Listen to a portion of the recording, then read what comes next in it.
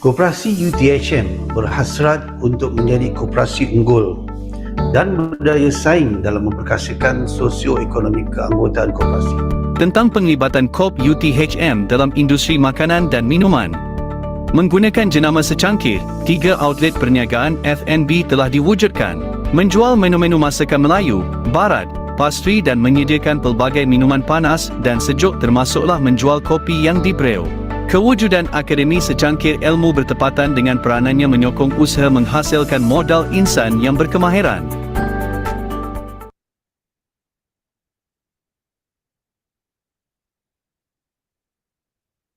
Koperasi UTHM berhasrat untuk menjadi koperasi unggul dan berdaya saing dalam memperkasakan sosioekonomi keanggotaan koperasi. Tentang penglibatan KOP UTHM dalam industri makanan dan minuman. Menggunakan jenama secangkir, 3 outlet perniagaan F&B telah diwujudkan. Menjual menu-menu masakan Melayu, Barat, pastri dan menyediakan pelbagai minuman panas dan sejuk termasuklah menjual kopi yang dibreu. Kewujudan Akademi Secangkir Ilmu bertepatan dengan peranannya menyokong usaha menghasilkan modal insan yang berkemahiran.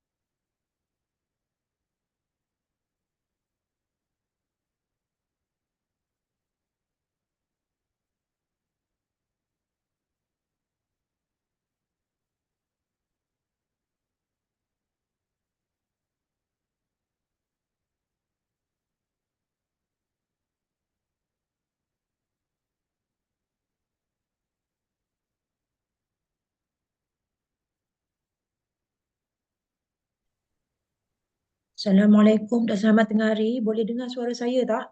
Can you hear my voice? Boleh. Boleh Okay. So we will start in 4 minutes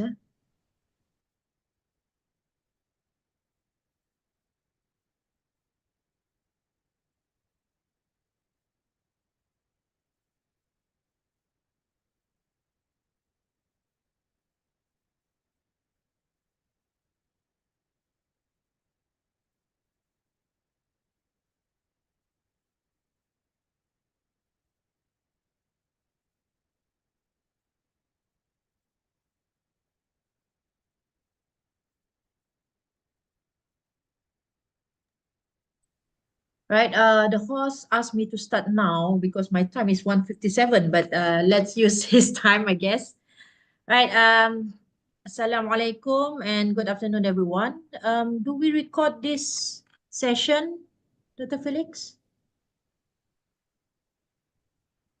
So I think we need to record this session, no?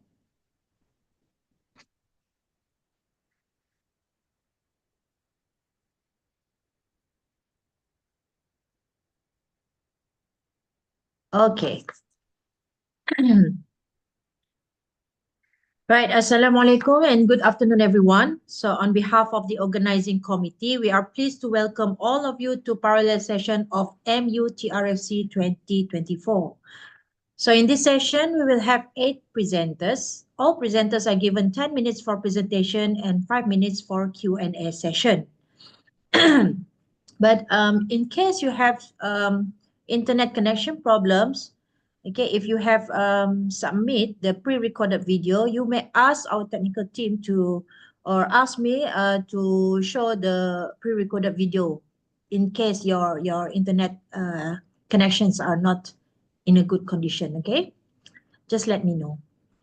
Right, so I think we may begin now. Without further ado, let me welcome our first presenter, Okay, our first presenter, Mr. Desin Zhang, Chun Wah Yuan, Qiu Chuen On, and Yao Dong Wang, with the research title of Carbon Emissions Assessment of ULCS in Malacca and Singapore Straits based on dynamic spatial-temporal data. So please welcome, and you may begin now.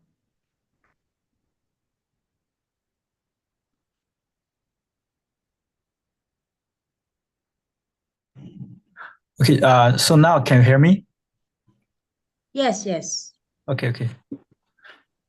Okay, now I can begin my presentation. Hi, good afternoon, everyone. The topic of my research is carbon emission assessment of ultra-large container shape in the Malacca and Singapore Strait based on dynamic spatial temporal data. And my name is Desin Zhang. I come from University of Malaya. And I will briefly introduce my research in the following parts. First, let me briefly introduce the background. Nowadays, there are more than 90% of the global cargo transportation is undertaken by ships. And now more than 3% of the global GHG emission come from ships. Every year, there are more than 60,000 people die prematurely due to ship GHG emission. And the International Maritime Organization has adjusted its ship GHG emission reduction strategy in 2023 and advancing Excuse me, Mr. Desin Zhang, sorry for interruption. Can you please on your video camera? Okay, I didn't open my video. Okay. Video. Let me check. Yeah, there's no face, only the background. Okay. Only the background. Okay. Let me check. Okay. Sorry. Sorry. Yeah?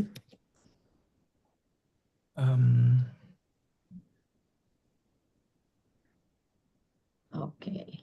Wait. All right. Okay. Wait a second. Okay. Never mind. We'll wait.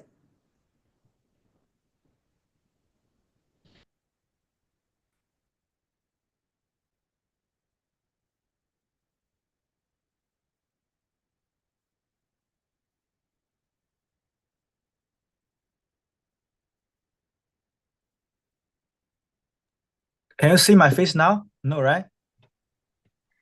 No, unfortunately, but if you if there's something problem, never mind. You can just proceed with the presentation. Why don't you remove the virtual background maybe? Okay. I don't know what, but I already. Okay, never mind. Just proceed with the presentation then. Sorry. Okay. I found. Okay. Yeah. But there is a physical cover in my camera. Okay. No wonder. All right, you may begin now. Okay. Okay, sorry. Okay. Wait a second.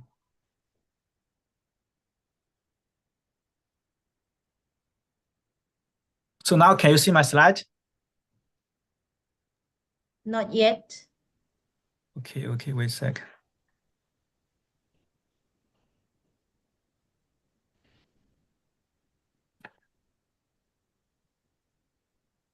Okay, now it's okay, right? Yes. Okay. Yes, we can see. Okay, continue to introduce the background. Yeah, the International Maritime Organization has advanced its ship GHG emission reduction strategy in 2023, and they advanced the net zero emission target from 2100 to the year 2050. And for the Malacca and Singapore Strait, it is the busiest and most important shipping line in the world, and every year there are more than 120,000 ships passing through. And among those kind of ships, container ships are the largest contributor to the carbon emission, and about 85% of the world's large container ship need to pass through this area. As for the research related on this topic, it's very limited, and existing studies they ignore the unique navigation characteristics of different kind of shapes. So in this paper, in this research, by analyze the GHG emission of ultra-large container ships in Malacca and Singapore Strait, this study can provide valuable insight for the formulation of emission reduction policy in this region. Okay, the ship in this research is ultra-large container ship, and this picture shows. Okay, it's about 400 meters length. Okay, this ship mainly operates between China and Europe, and the route of this ship, as this picture shows. Okay, in this research, we only focus on the Malacca and the Singapore Strait, and the boundary of this study area is described in the paper and also in this picture. Because our research is based on the AS data, so we collected 1 year's AS data for this ship, and there are more than 16,000 data sets. And for the technical parameters, we obtained from the ship's original technical documentation. And we constructed carbon emission calculation model based on bottom-up principle.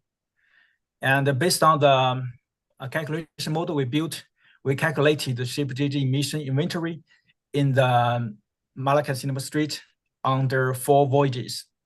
And from the data, we can conclude that the main emission element during the 4 voyages of the ULCS is CO2.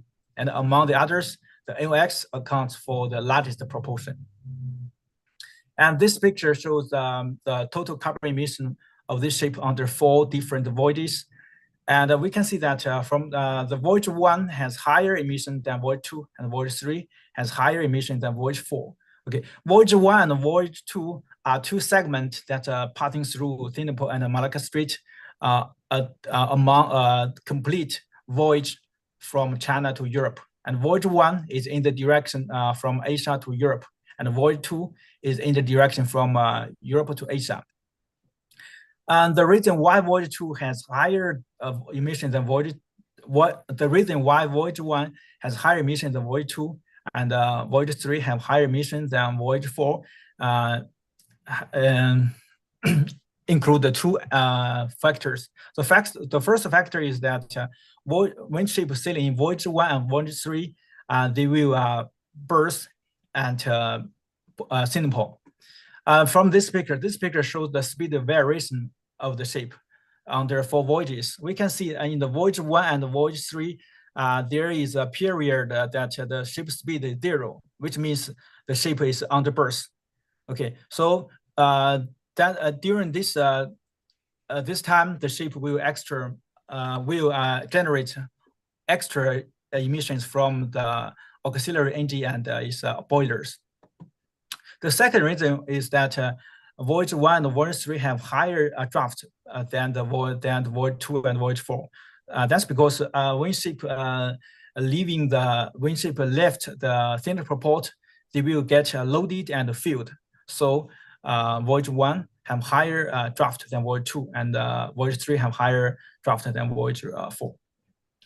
Okay, we visualized the GHG emission distribution for the very large container ship, and we found that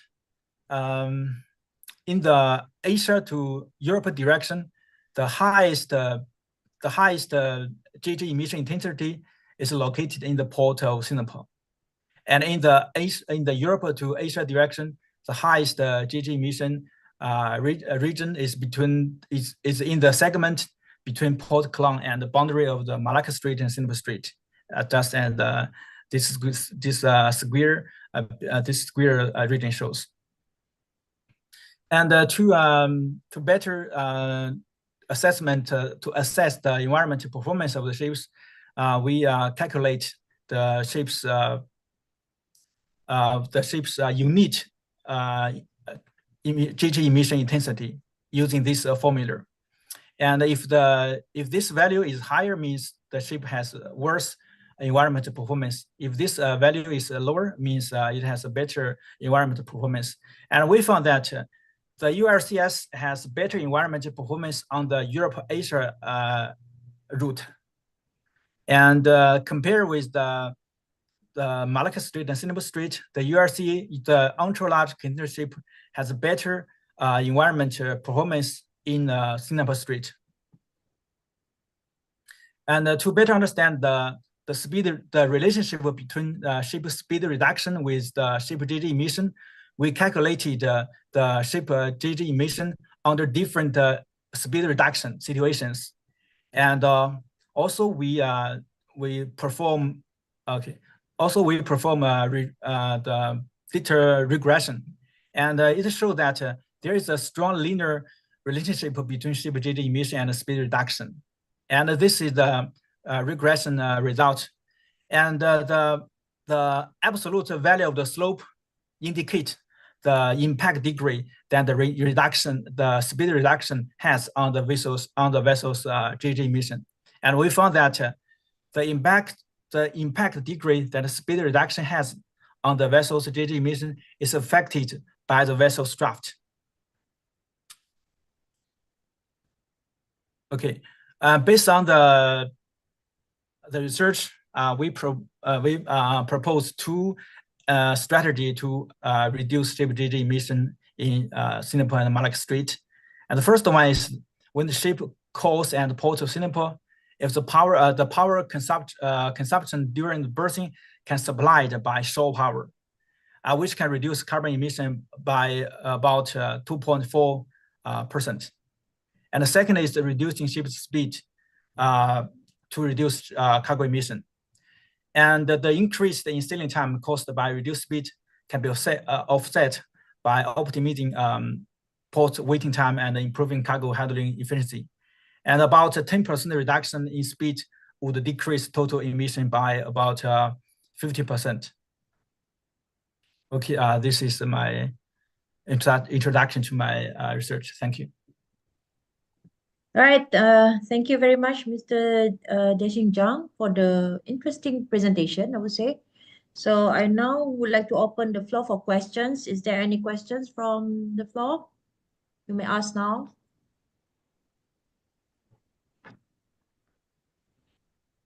Is there any question? Okay, I think I have at least one question, Mr. Deshing Zhang. So, okay. Could you please, how did you calculate the reduction of the CO2, the emission? That's around 2.4% if we use shoreline. How did you come up with that value? Because I don't see it in this value, right? Yes, exactly. And the other 10% reduction, decrease total emission by 15%. Okay, no problem. Because let me show you this picture. This picture shows right. This picture shows there is a period that the speed of the vessel is 0, right? So this picture means the ship is under berth. Okay, so we have calculated the emission during this period. Okay, so if the power consumption was supplied by the shore power during this period, so the GG emission in this period is will be reduced. Okay, so the percentage is calculated by this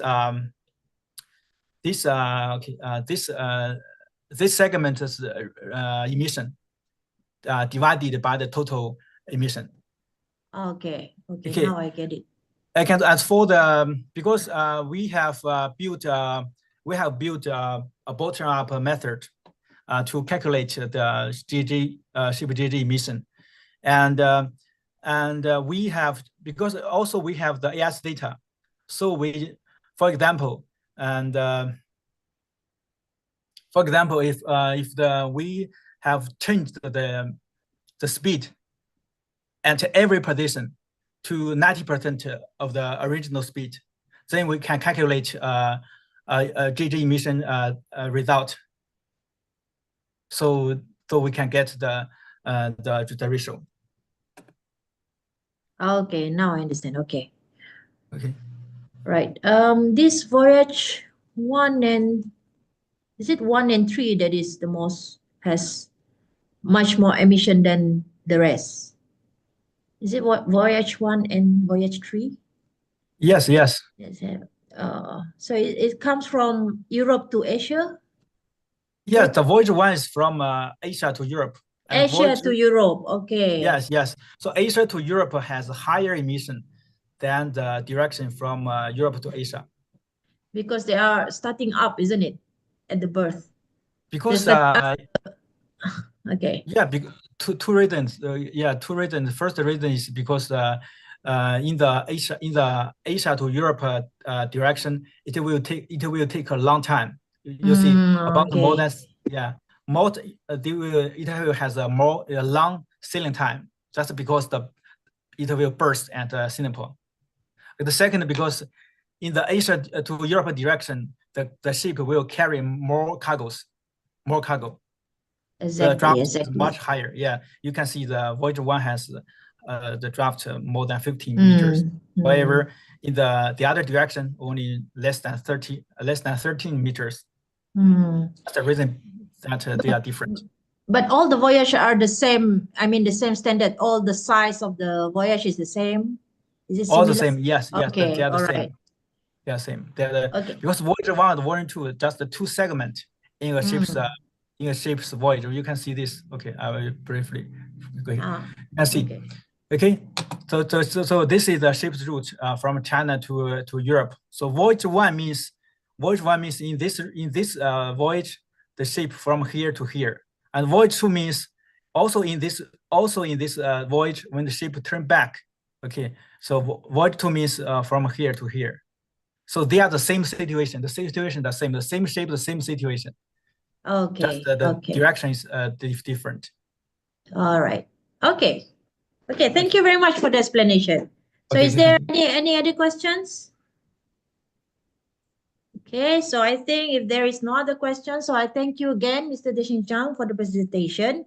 Okay. So next, please welcome our second presenter. Our second presenter, Mr. Shifeng Xu, Chun Hua Yuan, and Suana Konting.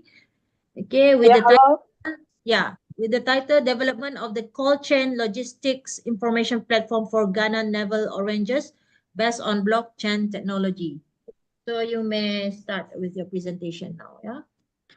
Hello. Yes, we can hear you. Can you see the PPT PowerPoint? Yes, we can see. Okay. Thank you. Okay. Hello, everyone. Now I will introduce my paper. The name is the construction. Sorry, Miss Chu Shifeng. Could you please make it big? Slideshow, because I can see your slide, the other slide, the smaller one on the left. So now you cannot see. You can see the my whole slide. Okay. Slideshow. Okay. Okay. All right. Thank you. Okay. Now it's okay. Okay. Not yet. Okay. Hold on. Where is? Hold on. Okay. Once again. Okay. Okay. All right. Okay. Is it okay? Not yet. Wait. Not yet. Okay. Hold on. You have to. No. No. We can much smaller than just now. You have to search for the slideshow. I don't know. So that okay. Hold on. Okay. Yeah. Now it's great. Okay. Begin. Okay. Hello, everyone. I'm Xu Feng from UM. Now I introduce my paper. The name is the construction of blockchain based on cold chain logistic information platform for Ghana Naval Oranges to enhance the transparency and the efficiency. I'm come from the Jiangxi province, China. Ghana Naval Oranges is an important economical crop in my province. Now I introduce my paper by 5 parts. Number 1, introduction and the background. Now, Ghana system always had an important market position. It is not only share in China and also share the Europe and the foreigner language, foreigner country. Also, of course, in Malaysia, Ghana not only is in an important position, domestic and international markets with large output and strong demand, which had a significant impact on the local economic development. Okay, Miss Shifeng, sorry again. We can do you change your slide because we cannot see the slide changing. Oh, so you Only okay. the title. Okay. No, now it's okay. Never mind. You can just share it like this then. So the PPT change, you can see. Yes, we can see. Yeah, Thank okay, you. okay, thank you. Right. Okay. To the Gannan and okay, Gannan level orange is the quality recognition. As a high quality agriculture product, Gannan level orange is favored by global customers, especially in the Africa and the Europe markets, and its food safety and supply chain quality has attracted much attention. Number 3, cold chain logistic demand. In view of its perishable nature, Gannan level orange has extremely high requirements for temperature control and logistic time analysis. And the cold chain logistic management has become the team to ensure product quality. Now, Gannan level oranges logistics has many limited. Just have the three. Number one, no transparency of data. Influence and data shown in traditional system affect supply chain coordinations and customer satisfaction. Number 2, defective security, vulnerable to hacked, attacked, and international malicious tampering, resulting in economic loss and credibility damage. Number 3, relying on the manual operation and the multi-layer approval lack of the real-time multipoling, resulting in logistic status lag.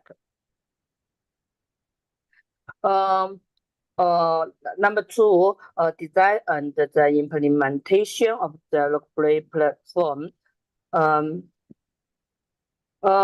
Overall, the platform architecture now the blockchain architecture have the three new advantage. Double layer achievement design.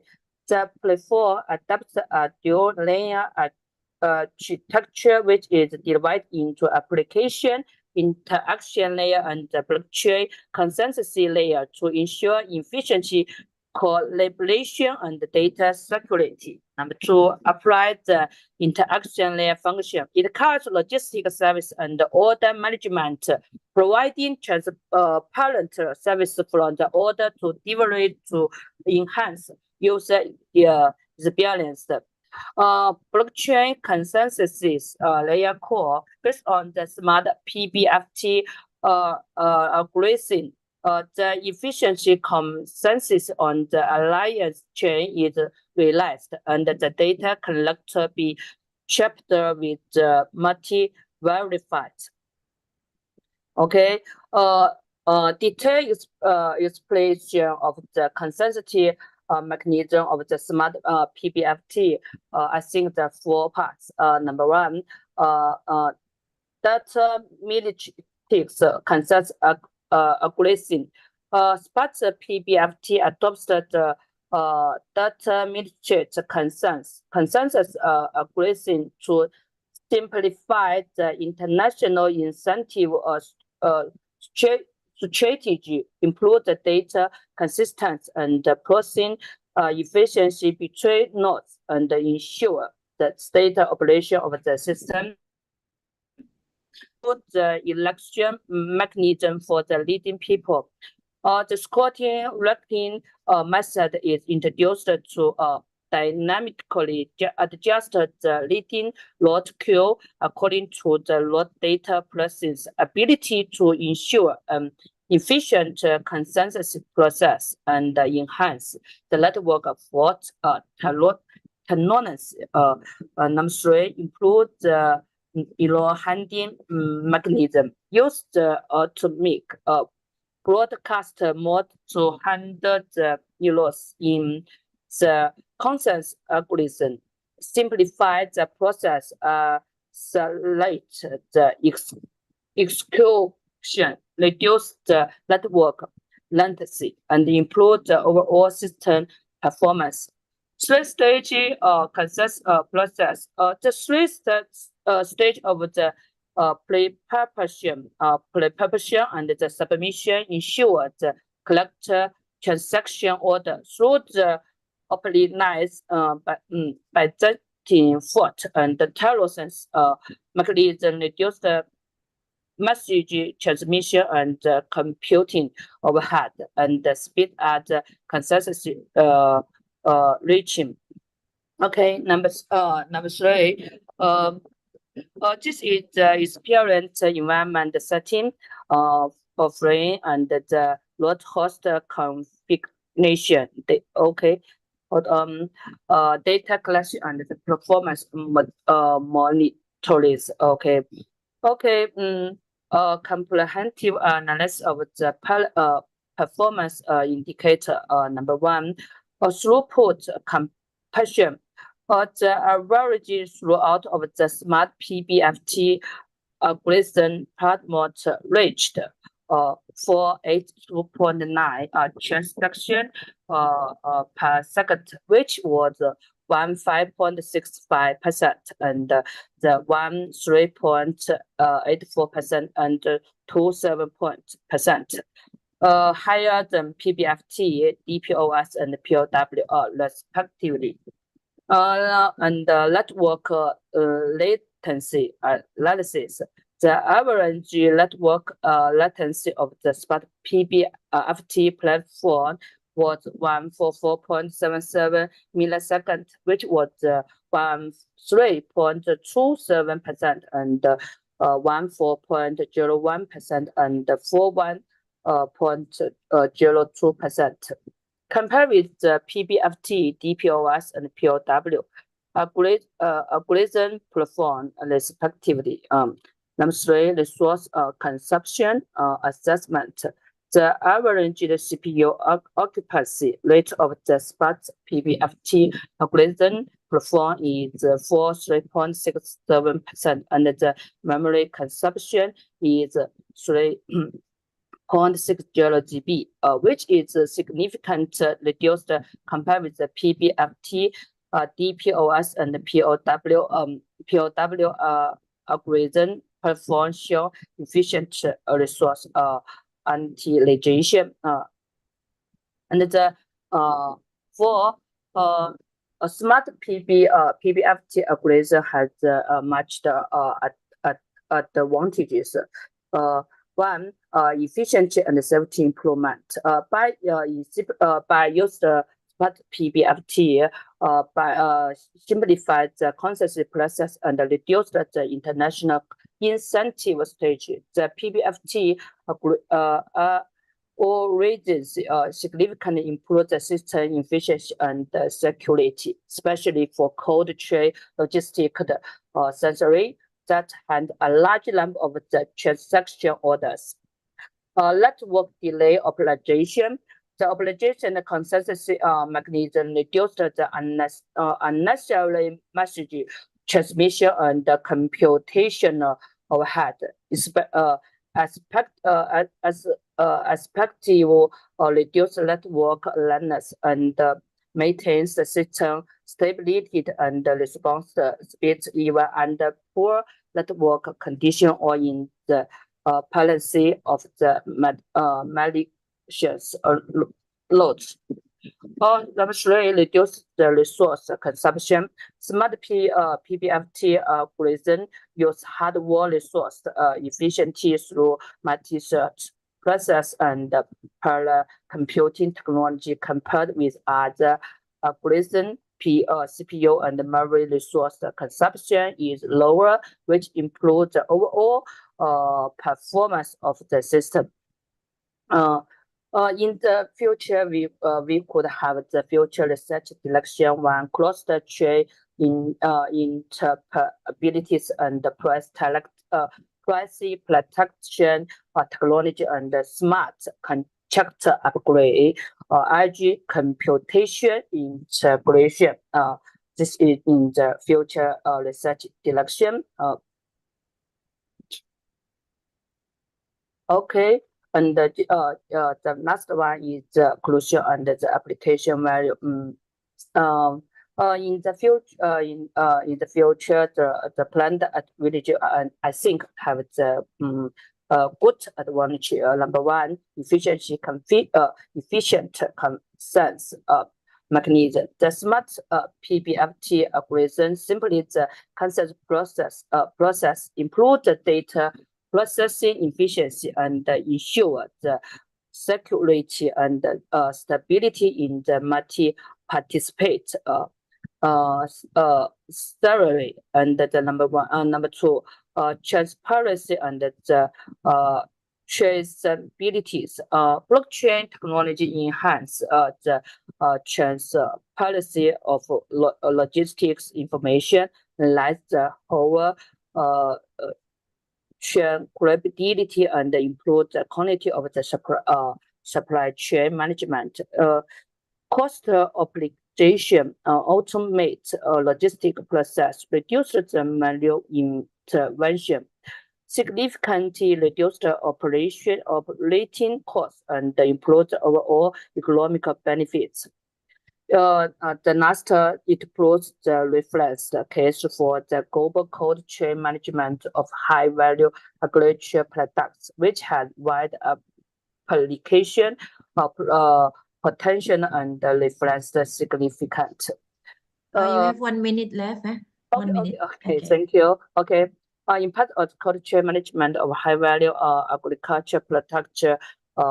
Like the transparency, improvement, efficiency optimization, QA, and demonstration effect. Okay, this is my presentation. Thank you. All right, thank you very much, Ms. Shifeng Shu, for the presentation. So now I would like to open the floor for questions. Is there any questions regarding the topic? Okay, can you hear me? Yeah. Okay. My name is Kamarudin Ahmad from MUTRFC. Okay. I'm quite new about this so-called blockchain technology. They're quite popular to apply in many aspects. Not even for management and profession as well. So, how crucial to apply the so-called blockchain in order to make it the efficiency and the robustness of the system, because everything nowadays we depend on the internet systems. Once internet is not really in the instability, then they will disturb many things. So what is the backup plan in order to solve this kind of the so-called quite sophisticated approaches? Have you understand my questions? Sorry, can you say again your question? I can not get your mean. Okay. Okay, I make it simple. It looks your paper, your research quite advanced, because you use blockchain technologies to supply and change in terms of the logistic activities. But nowadays we depend totally in the internet stability and internet connections. What would happen if you say the internet is not well working? What is the backup plans to carry out this so-called catastrophic or disaster? Do you have any comment?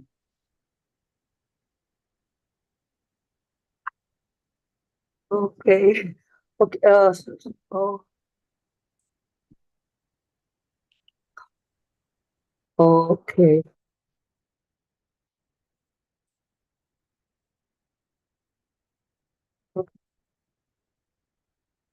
Hello, can you hear me?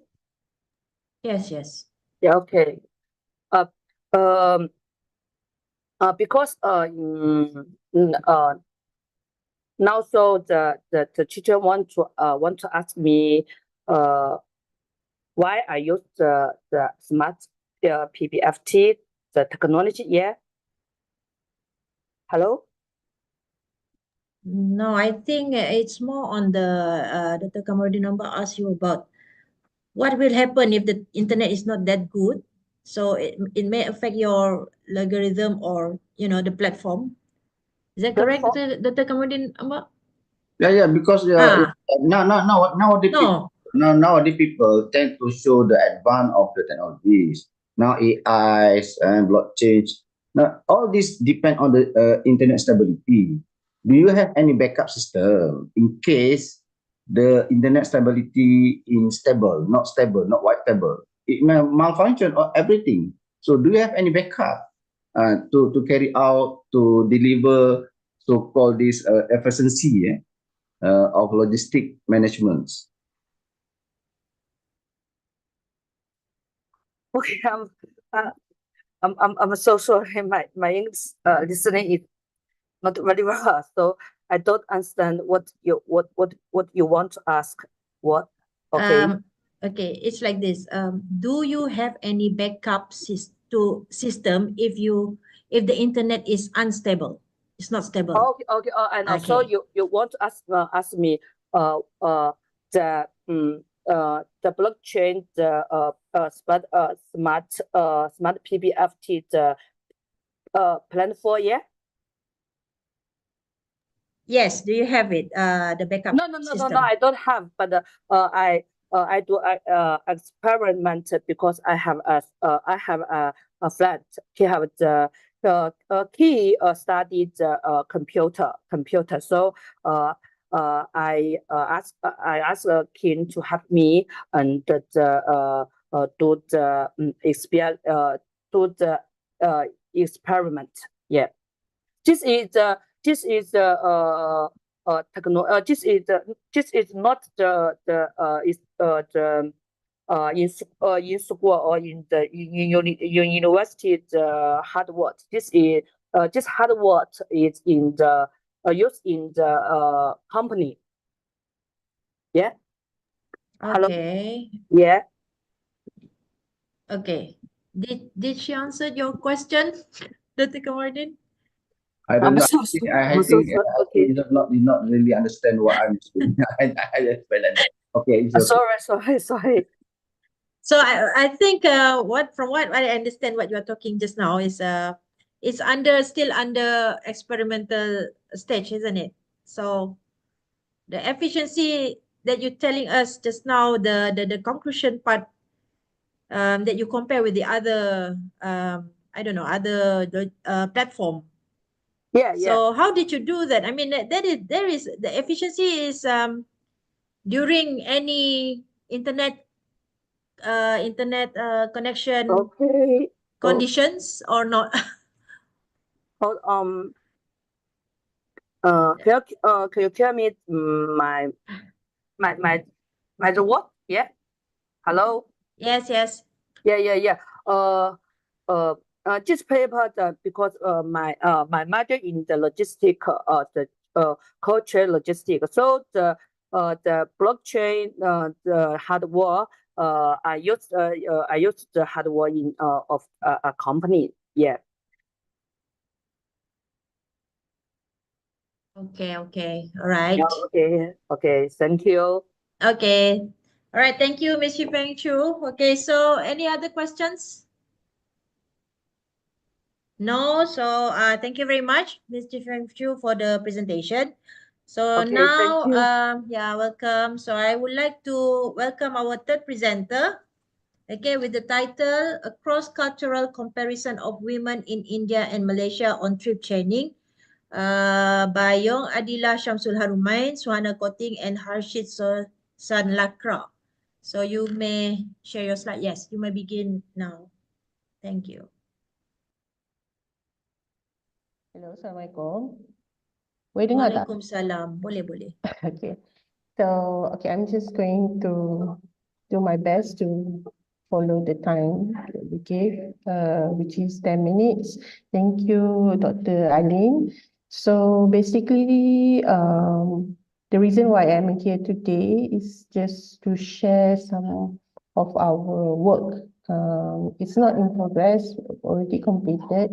It's a collaboration between as well as Rookie Institute of Technology, and the grant is given by Satu from Taiwan. And with me today is Dr. Suhana Koting, and we will match with Rookie Institute of Technology from India, that is with Dr. Harshit Suzanne Lakra. And that is why the comparison is made between the context of Kuala Lumpur as well as Rookie. Okay, so what we have in the given grant I think last 2 years ago, is to understand the context of trip chaining among mothers with smaller children. So if everyone familiar with trip chaining, it's actually about the practice of combining multiple trips or having multiple destinations at a time in a single journey to increase efficiency and also for the convenience. And in a comparison of travel patterns in India and Malaysia, what we would like to see in this project was to basically to understand how does the women's travel patterns in Rookie and Kuala Lumpur, and to explore the trip chaining behavior in both cities. Although that in principle, both cities are not comparable, but given the grant was matched between Rookie and also Kuala Lumpur, so we anticipate some interesting findings. Okay, so in principle, for the past research, we found out that Malaysia actually scored lower than India in terms of measuring loss affecting women's work after having children. That means that after you have children, women in general coming back to work or going back to work are much more, the score in Malaysia are much more lower in India. Although in general, the salary is much lower in India. So considering the challenges of women to come back to work after having children, we acknowledge that one of the key reasons is on the economic factors, whereby this is not only affected the way or what kind of work that a woman be able to work on, but also in terms of the type of transportation that they want to choose when they need to move to their workplace. So in regards of the type of working, we did not cover whether they are working in a professional or in any kind of industrial sector, but we assume that the women's working coming back after having children, which affecting the transportation, the choice of their transport mode will determine whether that kind of transportation mode is convenient or not. And one of the things that we found that is that there are tendency of having or doing trip chaining to ensure that there are many activities or tasks to be accomplished in a single trip. When we're talking about treat training, that means that if the efficiency of public transportation is quite low, therefore the reliability of after they had children to use public transportation is much lower than before they had children. Okay, so just to add, 1/3 of women's daily trip are actually for household chores. And these are relevant research which were done throughout the world, whereas for men, only 8 of men trips are for household responsibilities. So obviously there are very much different between the way women conducting their trip and as well as the men in comparison to men. So trip chaining is the practice of linking multiple individual trips into single or more efficient travel sequence. And this strategy actually allows a woman, a mother, to optimize their transportation usage by combining multiple destinations or errands into a single trip, which can reduce their overall time and resources. So there are several factors or significance why a trip chaining occurs among women after having children. First is actually the multiple responsibilities, especially when they had children, they had to balance the variety of responsibilities such as childcare, household tasks, and also working commitments. As mentioned just now, 1/3 of the women's movement are basically because of household chores. Secondly, is on the increased complexity because due to the different activities and programs, women need to make more stops and detours to complete the tasks, and resulting in more intricate and time-consuming trip chaining process. So the reliability of public transportation, if it's not efficient and the systems are not really good, it may affect the way or the planning, whether they would want to use public transportation or relying on private vehicles, or actually decide not to work after having children. The third one is scheduling constraints, the need to accommodate the schedules of children, just school drop-off and pickups, as well as other family obligations. Some women, it's not just about taking care of children. Some women may take caring of their parents or other family members and dependents, and this made trip chaining more complex for women. And finally, the limited flexibility, whereby the demands of caregiving and other responsibilities can limit the flexibility of women having in planning and executing their daily trips. So in summary, the significance of trip chaining for women basically lies on the challenges after they had children or having other kinds of other dependence, responsibilities, and also commitments in comparison to the other gender. So what we had in this grant is very simple and straightforward, as to investigate the trip chaining, whether it's a simple one or a complex one, and to compare both cities and to make the recommendations based on the consequences of the trip chaining. So if you've never been to Roorkee city in India, basically it is located in the north part of India, all right? And this, as I mentioned in my first slide, the reason why we choose Roorkee because we were matched in this grant. And so basically we compare and analyze our findings. And just to share with all of you, the presentation today, the paper for the presentation today is already submitted for review. So not much of the results are going to be presented here. But anyway, there are 4 survey instruments that we look into, that is on the demographic characteristics. We look into the modes, and then the daily travel distance, travel time, purpose, and also the durations of each stops. And finally, the factors influencing mother's choice.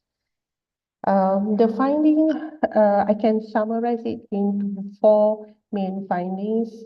70% of our respondents in Malaysia, whereby we had 100 samples versus 114 samples in India, did not use or unable to use public transportation to send or travel to school together with their children, which was actually 12% higher than India.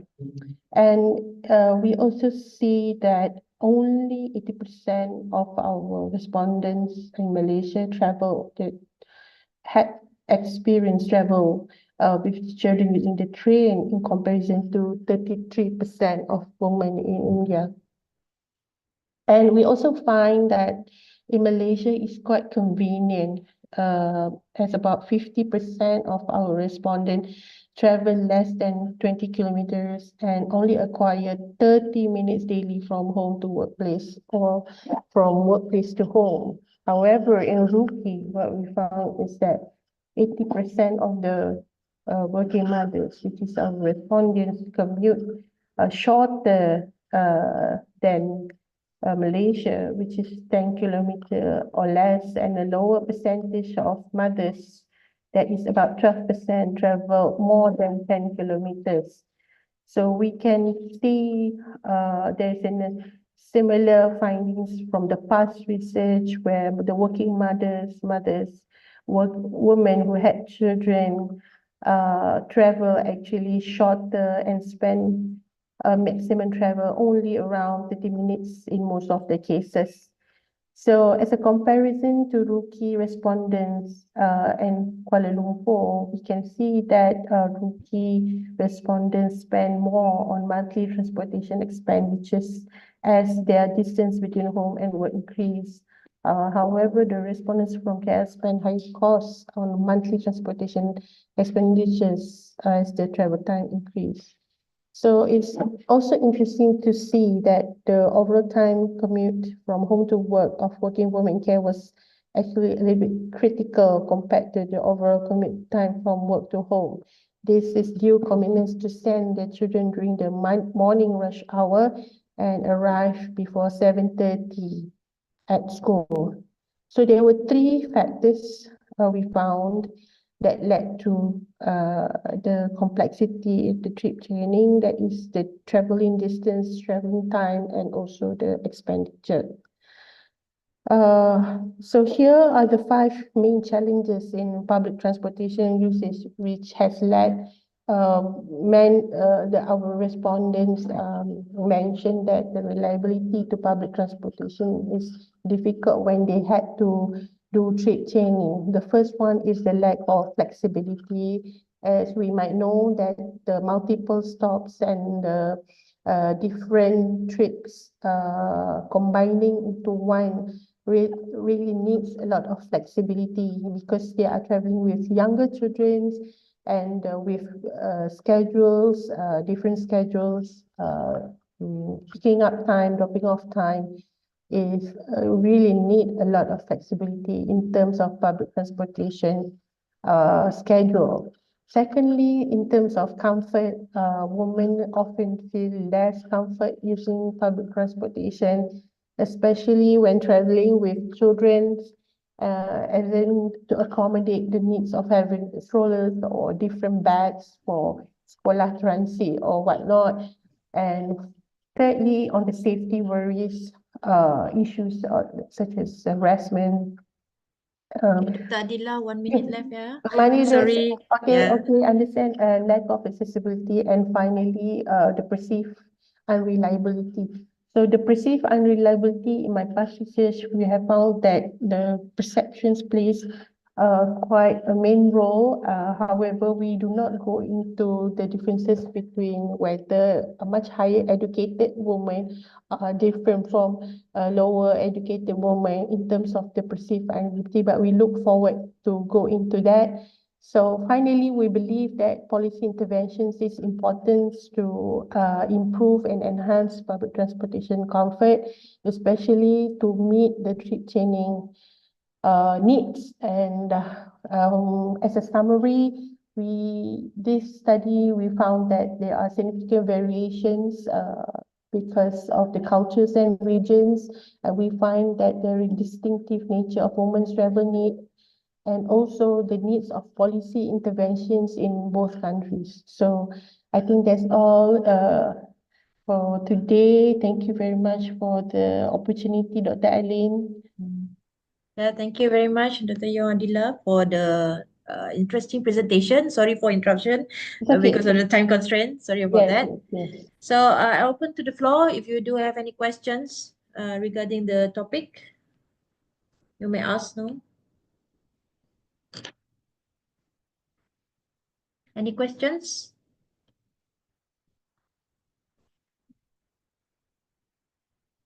No questions. So it's very interesting to see the variety of, you know, the cultural difference between India and Malaysia ladies, especially mothers. So the main significant finding is that in Malaysia, we are more focusing on travel time towards the expenditure of transportation, isn't it? Compared to the India, which is focusing on travel distance. Yeah. Why is that? I thought I in my think it thinking goes, is okay. yeah, I think it goes back to the type of job of the responder where we did not we did not conduct a purposive sampling. This is very much of a random sampling that we had with a small grant last time. It's just like a start of something more promising in the future in terms of data reliability. But this is just to see that the type of job really matters in the sense of having travel, to compare or to look into the travel time or to the distance. For instance, what we had in Kuala Lumpur or the staff of University Malaya itself. So most of us who stay far from the campus due to the cost of the house nearby the campus. So these may also affect and the ability or the availability of public transportation that be able to reach may also be the reason why travel time the most concern in comparison to the distance. So just to answer, I think there are differences in terms of the type of job available in Rookie as well as among our respondents in Kuala Lumpur. I think that might be the reason why. Yes, I think I agree with that, because if we do some similarity, you know, try to merge between the two, we have to have a look on the geographic as well, the transportation services, you know, a lot of factors to take into account. But it's very interesting to see the preliminary results on this. Right. Yeah. Thank So you. thank you very much. Thank you for Yeah. the time and opportunity. All the Okay. best. Right. Thank you very much, Dr. Yohandila. So I think we may proceed with our fourth presenter for today. Okay. So Ms. Hazwani Mat Isa and Muzila Mat Rohani, the papers with the title Factors Affecting Mobility Barriers for Senior Citizens in Urban Area. So you may start to present now. Okay. Hello, everyone. Can you hear my voice? Yes. Okay, hi. Hello, everyone. My name is Hazwani binti Maisa, and I am very excited today to be here. I am PhD student at Faculty of Civil Engineering and Built Environment, UTHM, and also senior engineer at the consultant company. My authors, my Dr. Muzila binti Mat Rohani. And then my presentation is focus the factor affecting mobility barriers for senior citizens in urban areas. So that what is the senior citizen? So in Malaysia, the rate for range from the 55 to 60 years in retired age. So that this group is not considered elderly because this still productive and also contribute to society in their respective fields. And then this was study from the Wan Ibrahim Wan Muhammad 2007. And then next slide show this is why is mobility important to senior citizen, because this important for daily activities including for the grocery, shopping, work, exercise, and also recreation and also medical employment. So that mobility enhance the mental well-being by encourage social interaction between senior citizens. And then what definition of the mobility barriers? So mobility barriers refer to the obstacles limit for the moving. This barrier can be have the physical barriers, attitude barriers, communication barriers, policy barriers, and also technological barriers. So that this barrier can give effect for the overall quality of life to them. And then the next slide show the demographic context. This one have the two point for the demographic, which is the first statistic on the aging population in urban area, and second projected growth of the senior citizen in cities. So first, for the global trends by 2013, more than 1 billion people, which will be age 65 or older. So that this means 2/3 of the world population will live in urban area. Sorry, And Miss Hazwani, could you please on your video camera Oh, okay. and also enlarge the PDF slide little bit? Okay, sorry ya. Okay, thank you.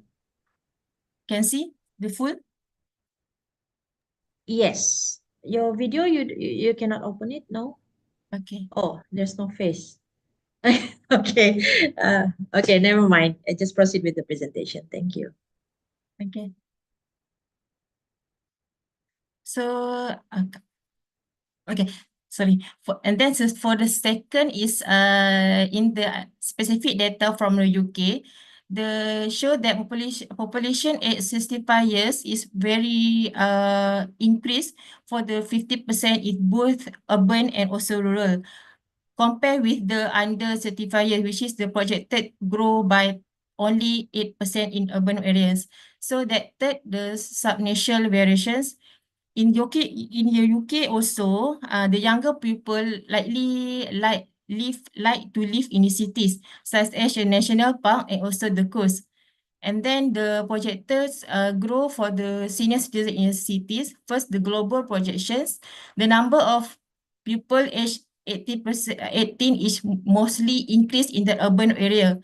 And then the second is urban versus rural, which is the show the population aged 65 years more increase compared with the urban, rural. And then the third is dependency ratio. The old age dependency ratio is increase compared with the older adults relative to the working age populations.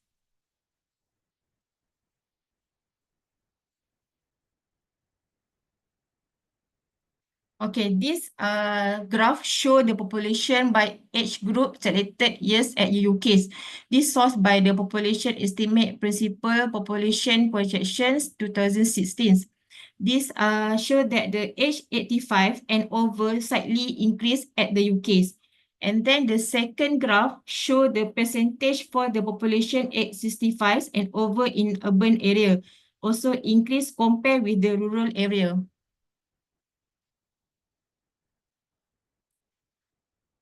Okay, next slide show the type of the mobility barriers. Okay, for the first point is physical barrier.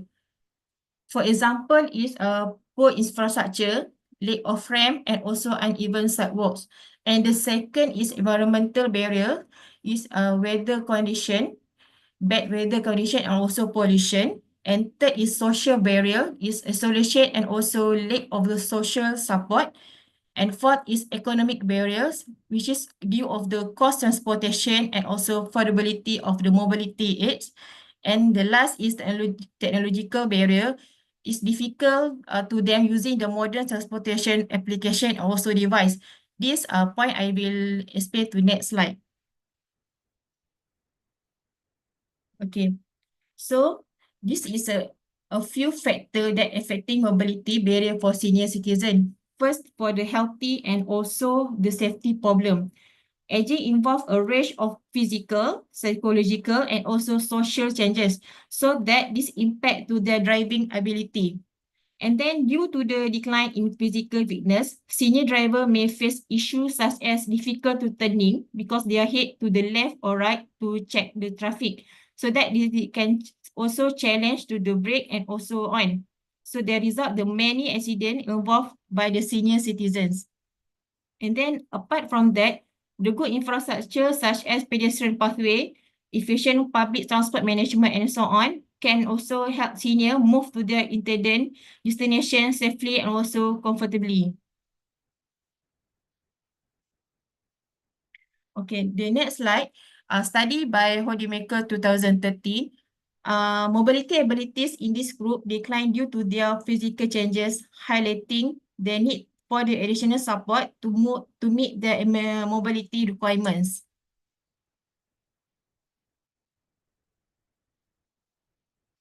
Okay, the next point is transportation mode selections. So here we can see the use of public transportation is really utilized by senior citizens due to the less user-friendly services, such as a long wait time, and then the distance between their resident and also the bus stop or another transport public transportations. And then this affects senior citizens with physical disabilities as they have to wait for long period or work long distance. For senior citizens living in urban area, most do not use personal vehicle. Instead of they're really more on ride-hailing services like Grab and public transportation due to the limited parking spaces in the urban areas. And the last factor is reduction of technology skill, ICT, among senior citizens. Due to the physical limitations and the effect of the aging, they are less skilled at using the new media device and also internet services. So that one of the factor preventing senior citizens from using ICT is their belief that they are not skilled in handling application and device due to the fear of using technologies. So in addition, ICT affect e-hailing services also, as many senior citizens lack from skill to use e-hailing and also travel planning implication, so that this complicated to their movement and also travel arrangement, especially for those in the urban area. The next slide show the current urban planning practice and their impact of the senior mobility. First thing is complete street innovative. This aim to the design road for the all user, also including for the senior citizen, which is the senior can move very easily to very freely and also safely within their communities. And second is universal design principle. This can apply design standard to the all age and also abilities. So the impact to the can give the good assembly public restroom, make it easy for senior to move. And next is public transportation enhanced. This can improve the accessibility and also reliability of the public transit system, so that it can get impact for the low floor buses and can give the priority seating and also real-time information system will help the senior to using the public transportation. And then the next point is green spaces and also park. This can encourage the senior citizen to do the physical activity and also can improve their overall quality life. And next, this traffic calming measure is implement the speed bump, roundabout, and also others measurement to slow down the traffic, so that it can enhance the safety for the pedestrian and also can easy to them to use the public transportation. And next is the predestination project, which is this is can reduce the traffic and also create the safe so that they can enjoy to do the socialize with the others and also can enjoy their surrounding. Okay, this picture show the impact for the urban planning practice. For first example, the public transportation so that it can easy to them to go to anywhere. And then second is accessibility restroom, and then so can them easy to move. And then third picture is good infrastructure so that this can encourage them to do the physical activity and the result can increase the social life to them. This is a few example city with successful innovative to reduce mobility barriers. So first at the Denmark, you know the Denmark have the bike-friendly infrastructure. So this can make easy to them to navigate the urban environment. And then second, Australia have the transport strategy so that because to focus the public transport to the all users, especially for the senior citizens. And then third is at USA. USA use the concept for complete street. So this aim to create the safe and also accessible for the roadway to all the users, including for the seniors. And last, Japan, Tokyo, Japan. We know that the Japan have the good public transportation system, so that many train station have the good elevators, ramp, and also good infrastructure to use by senior citizen. And this one, a few solution and recommendation to reduce the mobility barrier for the senior citizen. First is infrastructure improvement. For example, better sidewalk and also accessible public transport, which is the easier to them for movement for anywhere, and so that can increase the sociality with the anyone and enhance the safety also to them. Second is community program and support networks. This is can encourage them to utilize transportation option to enhance their quality life. And third is policy changes and advocacy for senior-friendly urban planning. So it can enhance the safety and also more engaged communities for senior citizens. Right, 1 minute left. Oh, okay. So we go to this one picture have the show that the supporting system by others, which is the agent, market travel, and also the car can modify to easy to senior citizen to moving. And the conclusion that as we wrap for our discussion, let reflect on the key point we cover. So we understand that the various factors affect the mobility of the senior citizen. So that therefore for senior citizen in urban area are significant and often require the support from other children and also caregivers. Okay, thank you for your attention in this presentation. All right, thank you very much, Ms. Hazwani Maisa, for the presentation. So now I open to the floor. If you do have any questions on the topic, please. Assalamualaikum, Dr. Hazlin. Saya ada pertanyaan. Ya, silakan. Tak maaf. Ya, Dr. Lily, silakan. Okey, terima kasih kepada yang membentang. Saya tak dapat nama tadi. Minta maaf. Cik Puan Hazwani. Ya, Cik Hazwani. Ya, saya. But your title is on mobility barriers for senior citizen in urban areas. Okay. My first question would be, have you ever stayed long enough in developed countries like Japan that you mentioned, and European countries to observe the senior citizens' mobility? Have you? Did you? Can you repeat again? Have you had the opportunity to actually stay long enough to observe the mobility for aged senior citizens in European countries and Japan that you mentioned?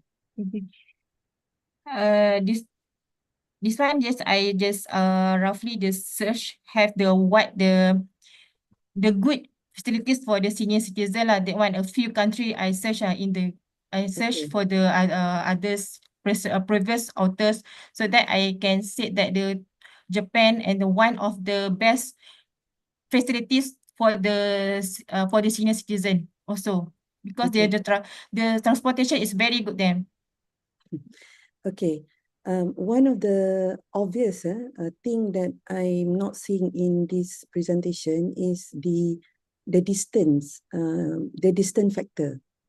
One of the thing that I would like to share with you that allow the senior citizen to actually move about and encourage them to actually be very independent, exactly through the facility that they provide. But also because all these means of necessity is made within their distance. That means they are very self-sustained. The city is self-sustained. Okay. So if they need to go for groceries, they don't have to travel too far. Okay.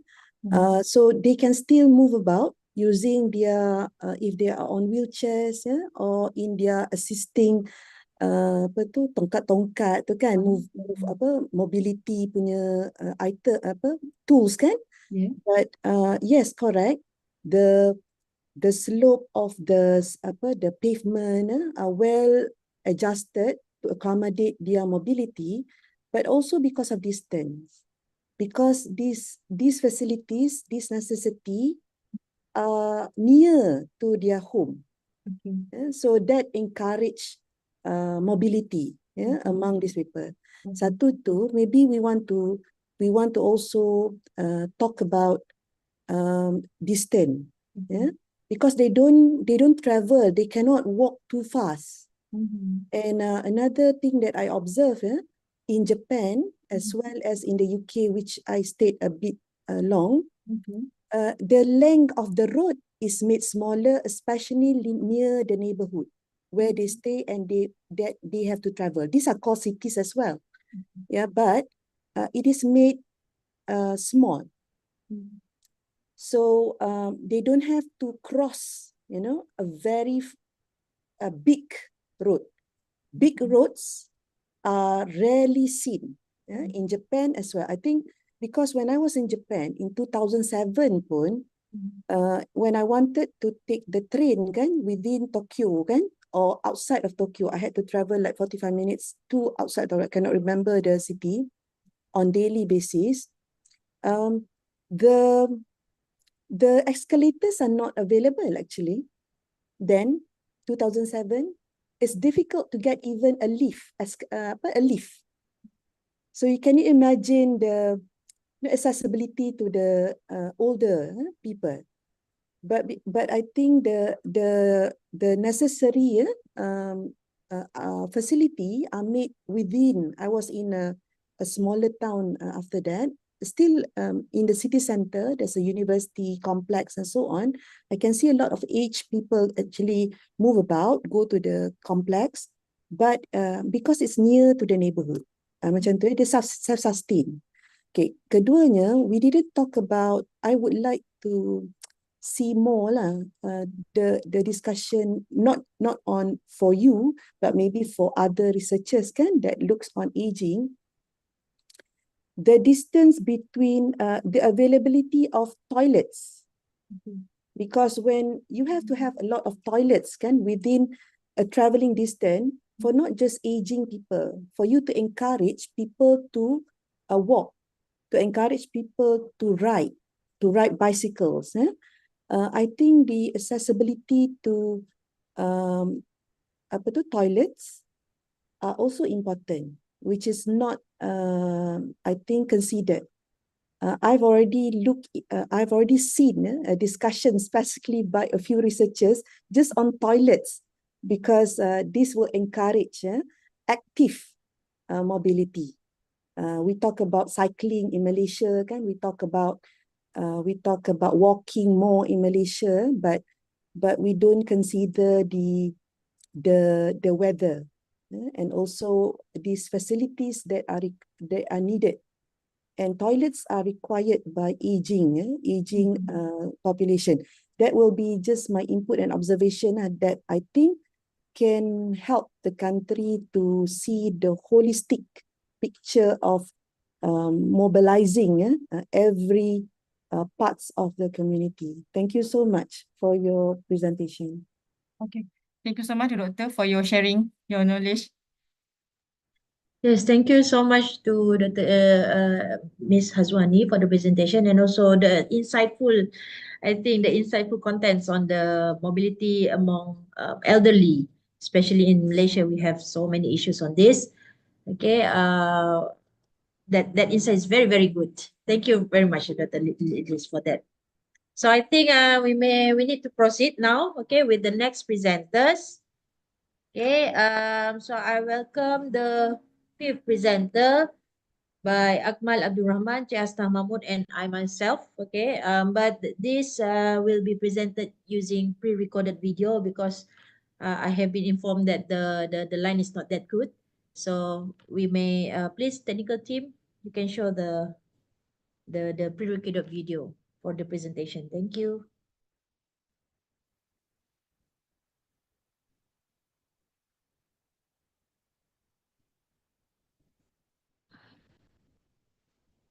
All right, we can see it. I think you can play it.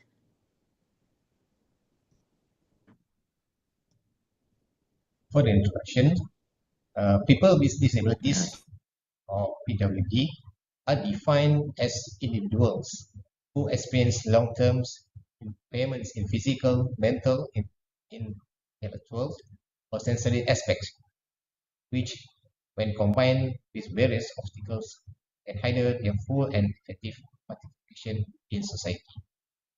PWD in Malaysia, although a minority groups, should be given the same rights and opportunities as other individuals to enjoy a quality life. Education is one of the main ways to improve their quality of life, and therefore appropriate attention must be given to the development and education of PWD from the primary level to higher level. Many higher education institutions, whether public or private, is Malaysia still weakness in providing access and facilities for PWD students.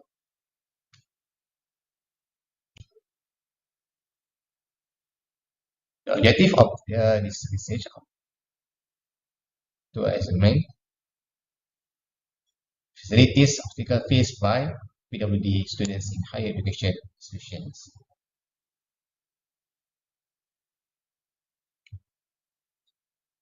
Let's see the literature we study. The provision of appropriate facilities involve first the physical accessibility, then ensuring that facilities such as parking spaces, pathway, rooms, and restroom are accessible to all students, including those who use wheelchair or other mobility aids. And then there's learning facilities, providing appropriate learning materials and equipment such as large print, text, screen reader software, and hearing aids to meet the needs of PWD students. And then the campus environment. Designing the campus to facilitate the free movement of PWD students, including clear directional signs and sufficient space for movement. And then accessibility in teaching, providing training for instructors on the needs of PWD, how to offer appropriate support in the learning process. Lastly, awareness and sensitivity, raising awareness among management meeting about the importance of providing PWD-friendly facilities and organizational attitudes.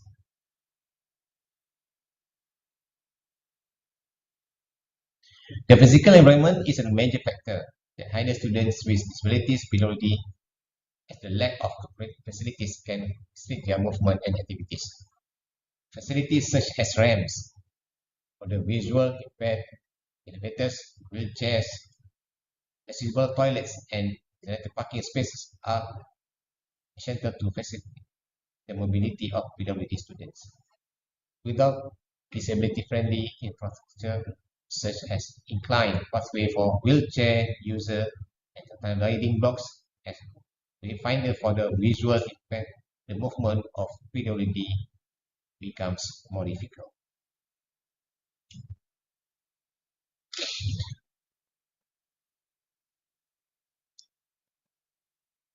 Okay, for the research methodology, this study is a case study conducted at higher education institution on the east coast of Malaysia using a qualitative approach. The sampling method is a purposive sampling.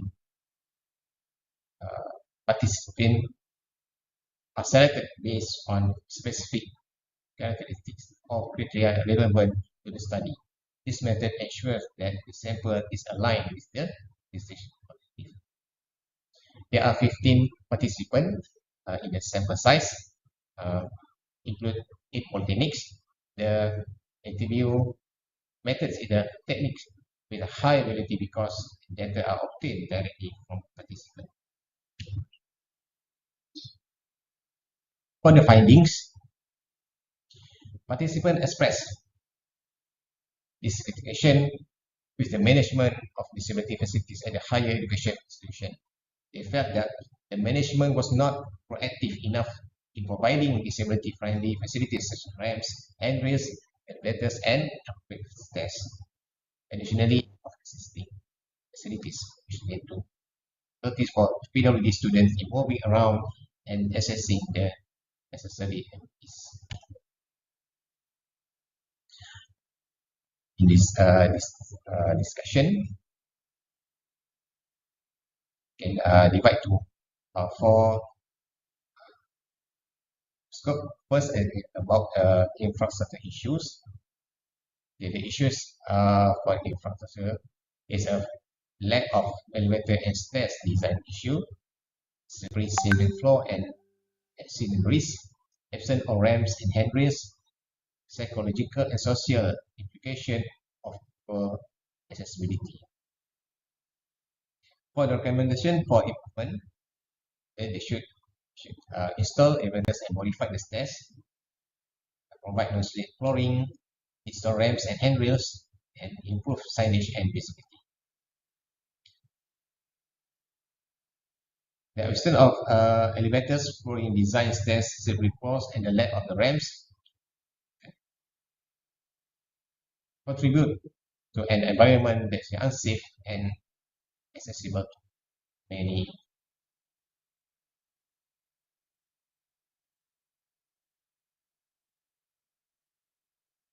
And then accessibility problems.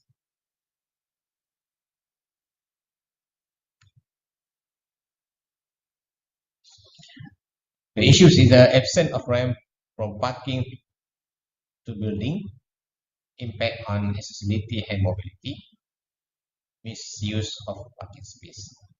For the recommendation for improvement, also they should install the ramps, adopt and enforce updated accessibility standards, improve signage and enforcement, increase public awareness. To ensure true accessibility, it is essential to install ramps, enforce the proper use of parking, and raise awareness about the importance of this activity.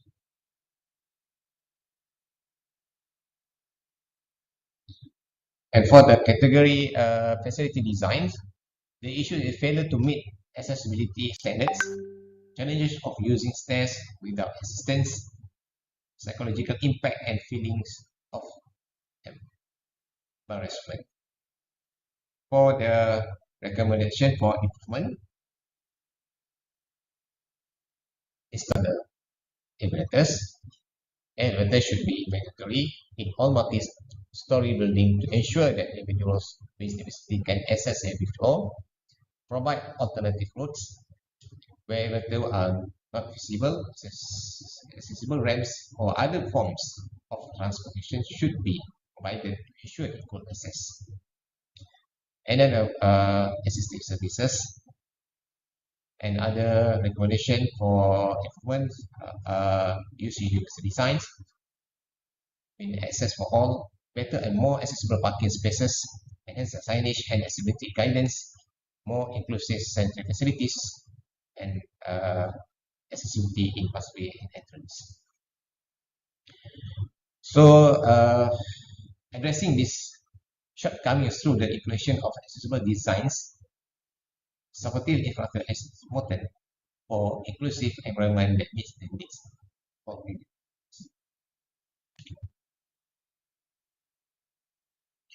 In last category is unfriendly facilities.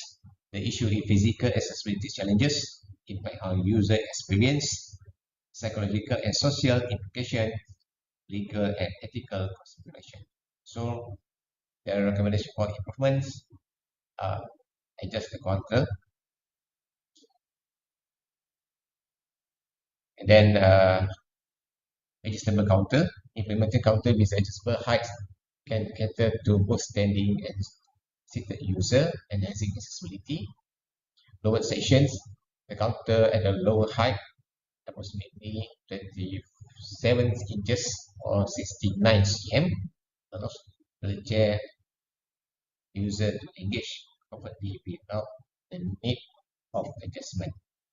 And then increase awareness and education, such as public campaign, workshop, seminar, and for strict penalties, such as compound, implement technical solution, smart parking, or use mobile apps, and then improve effort practice and monitoring system and education and awareness campaigns.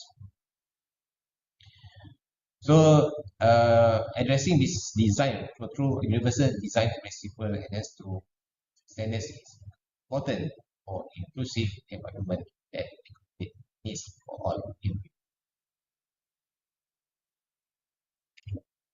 For the conclusion,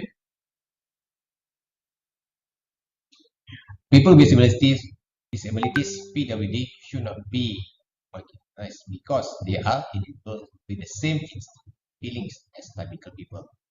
Providing disability-friendly facilities is essential to ensure they can learn and live comfortably throughout their studies. So the result of the study indicate that facilities for PWD in every building are still great and require immediate improvement, enhance the quality of the facilities and ensure the comfort of PWD in deserving quality education. Overall, although higher education institutions have made progress in providing facility for people with disabilities, there is still room for improvement. Ensure that all students with disability can enjoy a full and stable education experience. Lastly, here the recommendation for improvement: investment in infrastructure, and improve infrastructure to ensure it's truly disability friendly and complies with the assessment standards. Audit and assessment, conduct regular audit of facilities for people with disability and gather feedback from students with disability to identify shortcomings and area needing improvement. Awareness and training programs, organize ongoing training programs for staff and students about the importance of accessibility and how to provide effective support. Financial support, seek additional funding or financial resource to improve and the facilities. Finally, community involvement, involve students with disability to training and disability to be units. That's all. Okay, thank you very much. All right, thank you very much, Mr. Akmal Abdul Rahman, for the pre-recorded video presentation just now. So, Mr. Akmal, are you there? There Yes, is yes, okay, okay. good. There is one question Okay, di from sini. Dr. Munzila Hideshem on the Yes. studies. There are only a few research areas being studied in this topic. So, with a sample Yes. size of 15 participants, how does the researcher intend to generalize the predicted result or model?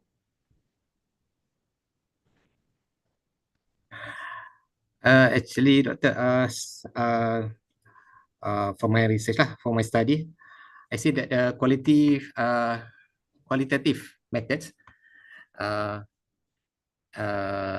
saya guna example purposive tu dia direct kepada participants.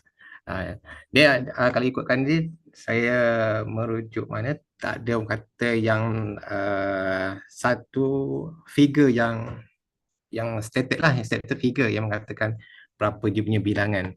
Tapi untuk memadai untuk case study, whether 5 to 30 participants is kata memadai untuk kita nak buat satu case study. Okay, so that will be the answer, Dr. Muzila. Right.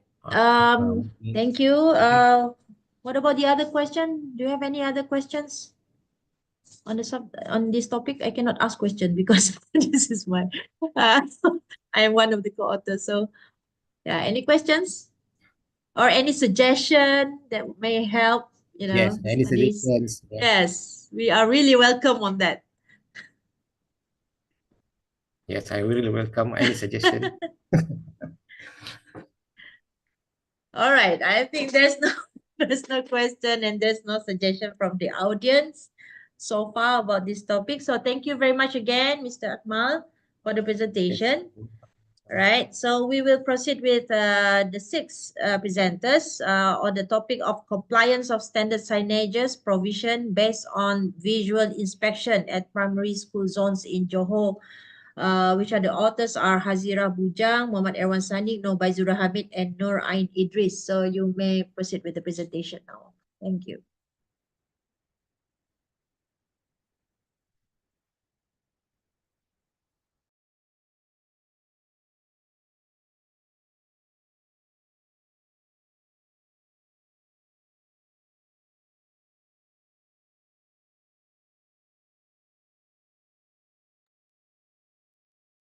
Can you see the slide? Yes, yes. But could you please slideshow? Okay, wait. Yeah.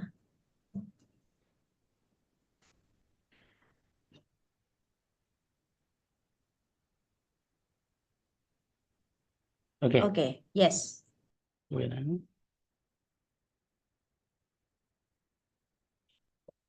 Okay, Bismillahirrahmanirrahim.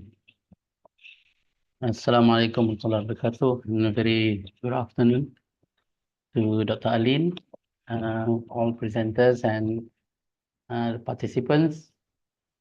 Title for my presentation this evening is Compliance of Standard Signages, Provision Based on Visual Inspection at Primary School Zone in Johor. So my name is Muhammad Erwan Sanik, and others are my colleagues, Hazira Bujang, Nur Baizura Hamid, Nur Ain Idris. We are from the Spatial Technology for Civil Engineering, ST Force, one of the focus group in UTHM.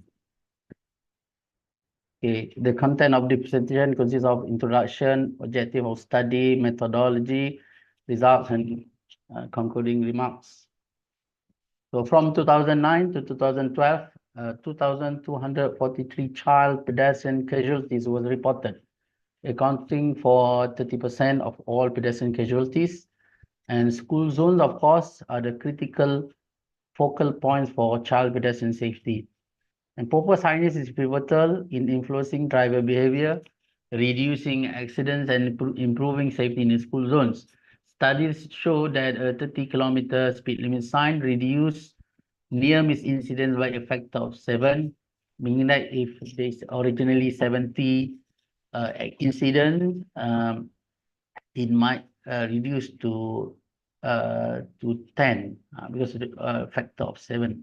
Now, older roads often lack sufficient and effective signage, compromising road safety.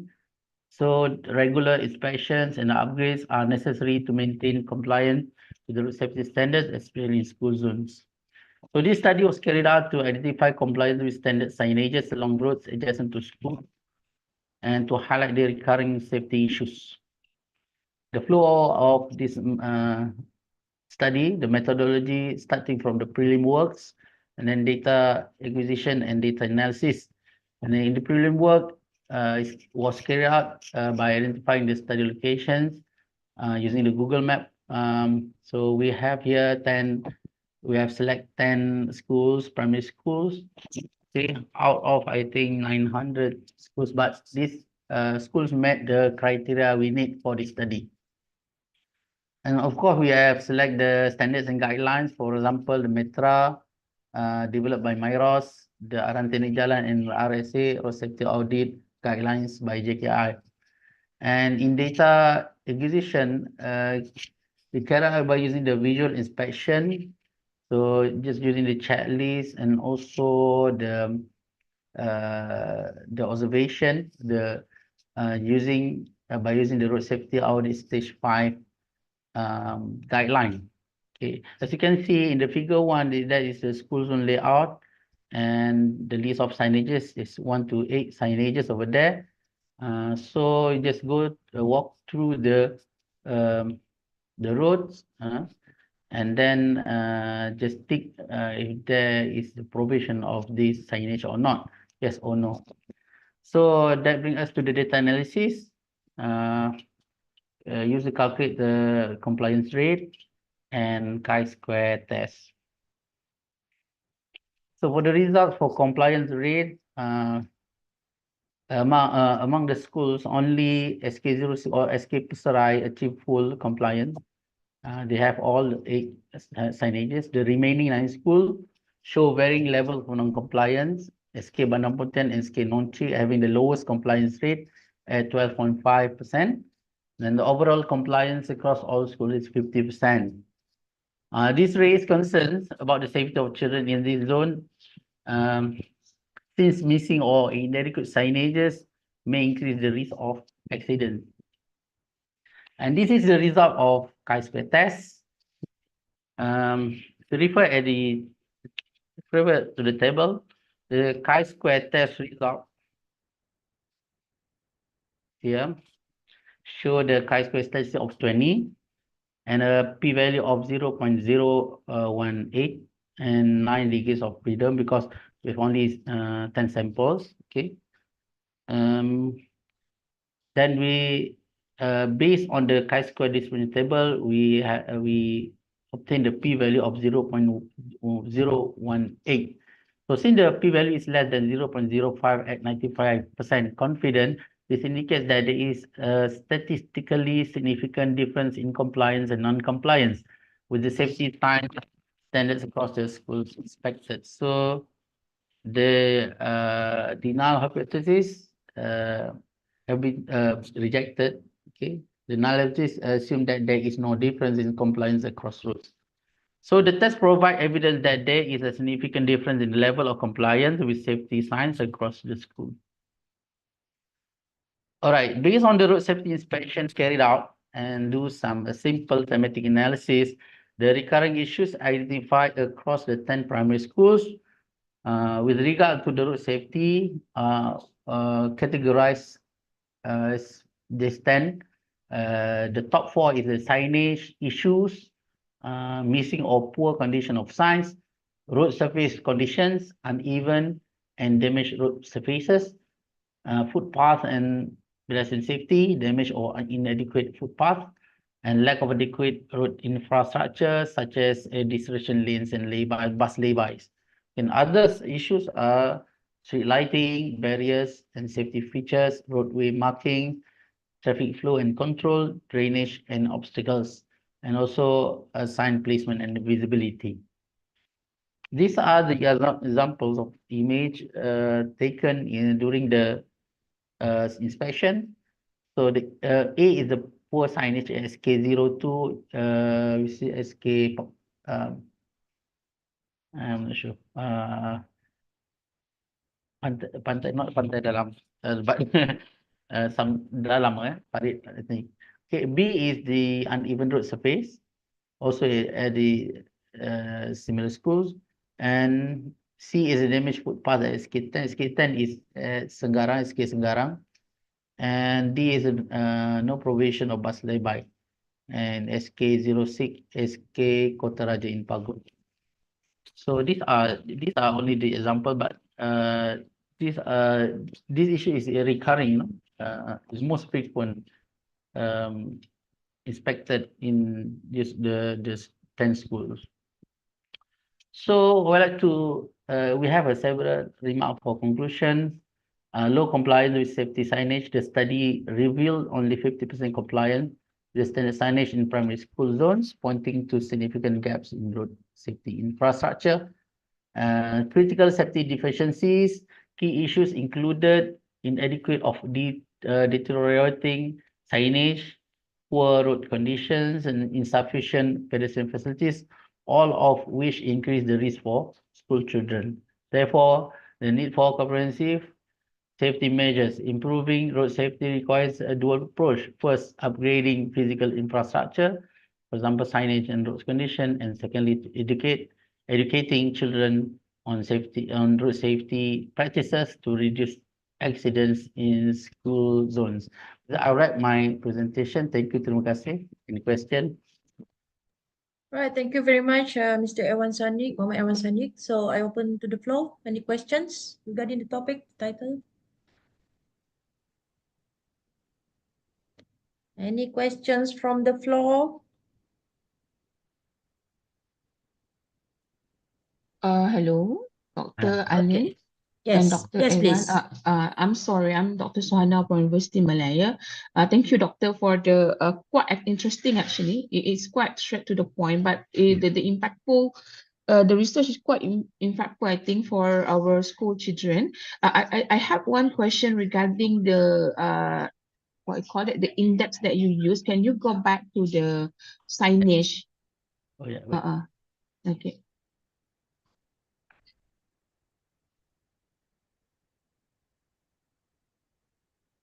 I think which one? Yes. Where is it? The 1, 2, 3, 4, Doctor. I just want to know what is the difference between 3 to 6? In the Yes, is it the same one or the how, same, Doctor? the Oh, same okay. signage. Oh, so what is the difference? The location of where the signage has been installed? Okay, but because the picture is very small, because there is a range of distance between these signages actually. I see. There is range Okay. of distance, but then during the study we just try to identify whether the signage is there or not only. We don't measure the distance between the signages actually. Oh, I see. Are there any sort of standard or This is standard qualification? from Arante Ini Jalan, JKR. I see. Okay. And then the MIROS use this to develop the metra for especially for road safety auditing.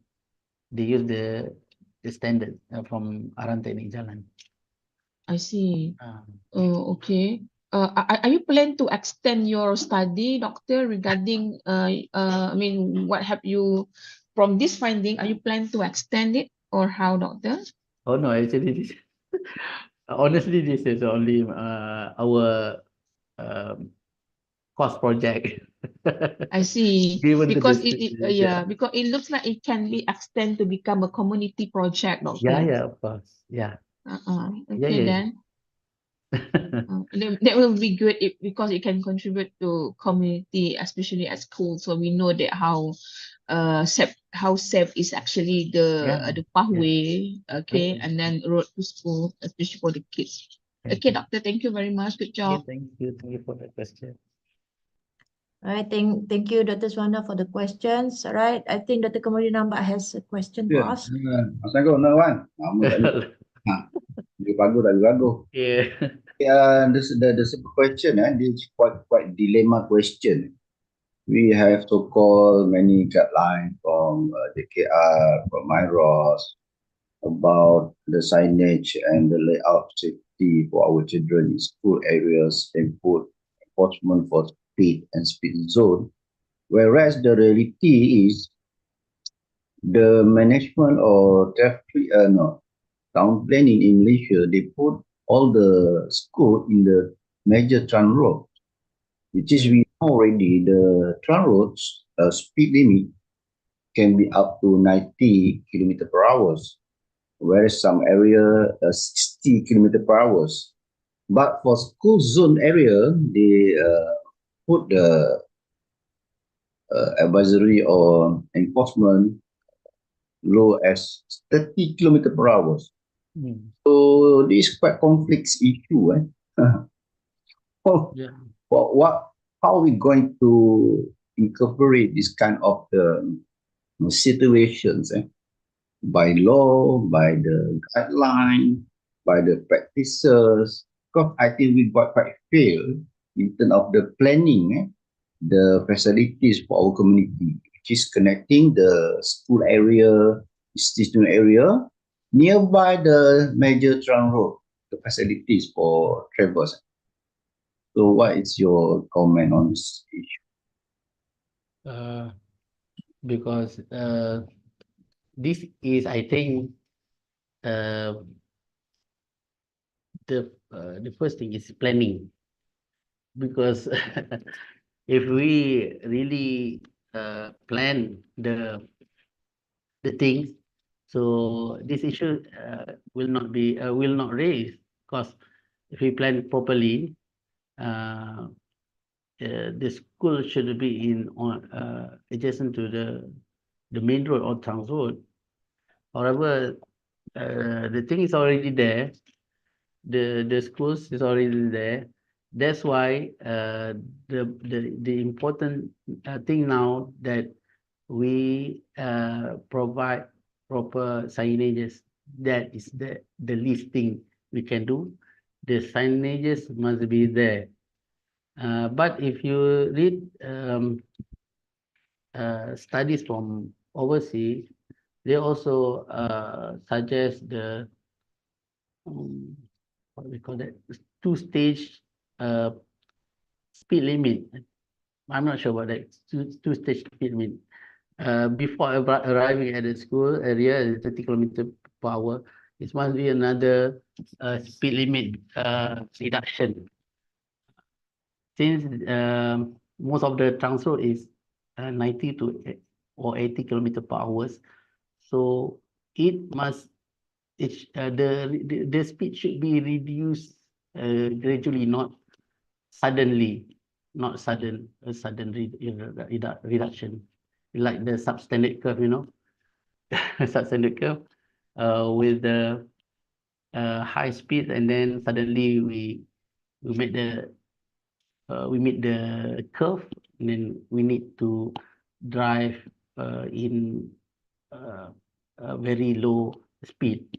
So this can be suggest to the schools the two stages reduction, speed reduction, or at least we have to make sure that the signages is there. That's my. Yeah. So the dilemma is during the school time is okay. No, everybody alert about that. But after school day, during school holiday, after school day, but the enforcement is still there. Because just enforce all the driver must comply with the 30 kilometer per hour. Whereas it is already warranted. That's the problem. That's the dilemma. You know what? In Japan, they not allow all the vehicle come close to the school area. That's the proper way. And in the US, of course, they have a very neighborhood, right? To send, go in, go out their children. In neighborhood places, not a very trunk road areas. So I don't know how to solve this kind of problem because our late Professor Radit Umar, our prominent, our safety expert, also complain about this matter. Why we build the school area nearby the ground road area? This is the main problem. So we come out to solve many kind of efforts, but the problem is still there. Never any story. Yeah. This must be covered by the policymaker. Okay.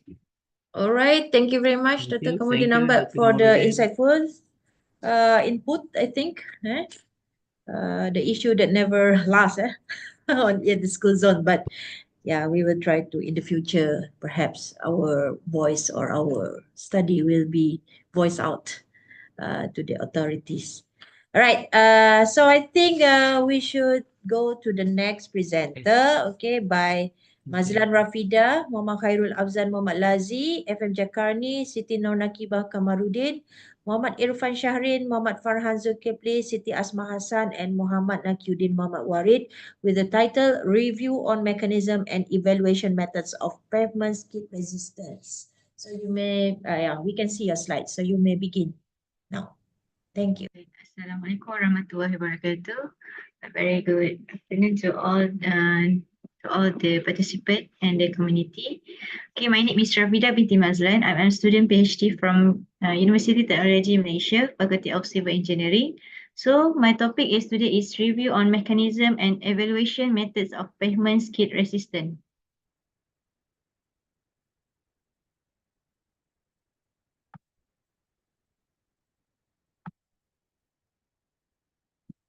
This is all the co-author for this paper. And this is my outline for today is the first introduction, problem statement, finding, conclusion and recommendation, and reference. So for the introduction, asphalt pavement should provide road user with safety. So in recent years, mostly the performance is poor that contributes for the road accident. It is run by the traffic, mostly the heavy vehicle that carry more weight than the car and motorcycle. It also affected by the vehicle, driver, pavement, and environmental factors such as weather, rain, or icy condition. Pavement condition also can be classified with 3 classes, mild, moderate, and severe pavement condition. For instance, the condition of poor pavement, polished surface, depression, pothole, crocodile cracking, and others poor pavement. According to the McGovern, nearly 20% of traffic accidents occur during rainy days as the asphalt pavement is wet, so it's potential for the tire to skidding. Next, for the problem statement for this study, the impact of poor skid resistance reduce the friction between the tires and pavement, so it affects the driver control. So it's very critical during the wet or icy condition, so the skidding risk is very higher. So as a skid resistance from FKAAB 2003, approximately 1.17 million deaths global due to the traffic accident. So from this traffic accident, it contribute from the wet pavement for the skidding accident. So this is deterioration of pavement surface over time due to the heavy traffic, environmental condition, and also for the poor maintenance.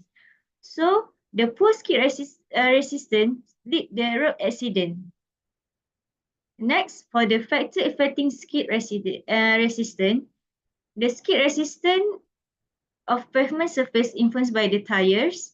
As we can see in the figure 1, acting forces on the rotating tire from the weight from the vehicle. So it attached for the tires for rotation and it caused the friction for the tires.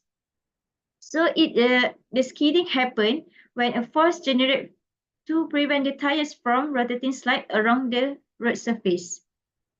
So the pavement surface texture contributes to the significant contact with tires to allow greater force to prevent from the skidding. So as this table shows, the factor that contribute for the pavement skidding. First, from the tire attribute, as the rubber configuration, sliding temperature for velocity, tread condition, pressure and footprint. And for the environmental condition is the weather such as wet, rain or a sunny day, and temperature, and also about the water when it's flooding. So next, surface properties of the pavement, macro texture, mega texture, micro texture. And for the operational vehicle, braking, acceleration, maneuver, and cornering. Next, for the skidding phenomenon, as we can see, skid resistance causes when tire lose grip due to the inadequate friction with the pavement surface. So the forces acting on the tire, as we can see, adhesion is a contact between the tire rubber and the road surface. And for the hysteresis, energy loss due to deformation of the tire and the pavement irregulation. And next, for the texture contribution, as I said before, the micro texture is a small scale roughness that affect the tire grip, especially at a lower speed. And next, for the macro texture is the large scale roughness for the water drainage, especially for high-speed driving. Okay, this is the pavement surface texture. So as I can see, the micro texture, and mega texture. For the micro texture, it can improve the adhesion. And for the mega texture, it roughness that affect the ride comfort and vehicle vibration. And for the aggregate quality, it a polishing resistant that cause the abrasion and the soundness. And for the polishes aggregate that reduce the friction that increase the risk of skidding. And for the mixture design for the asphalt, it should have a proper gradation and combination of the coarse and fine aggregate so it can enhance the pavement durability and skid resistance. So we need to ensure that we use a high quality asphalt binder so it can improve the overall friction. This is the classification for the skid resistance measurement method. It has two classifications, that is has a field measurement, portable and laboratory testers. So for the field measurement, it has side force test, fixed slip test, log wheel, and variable slip test. And for the portable, it has two classification, contactless and with contacts. For the contactless, it use image based and laser based. And for the with contact, it has British pendulum test, dynamic friction test, sand patch test, and outflow test.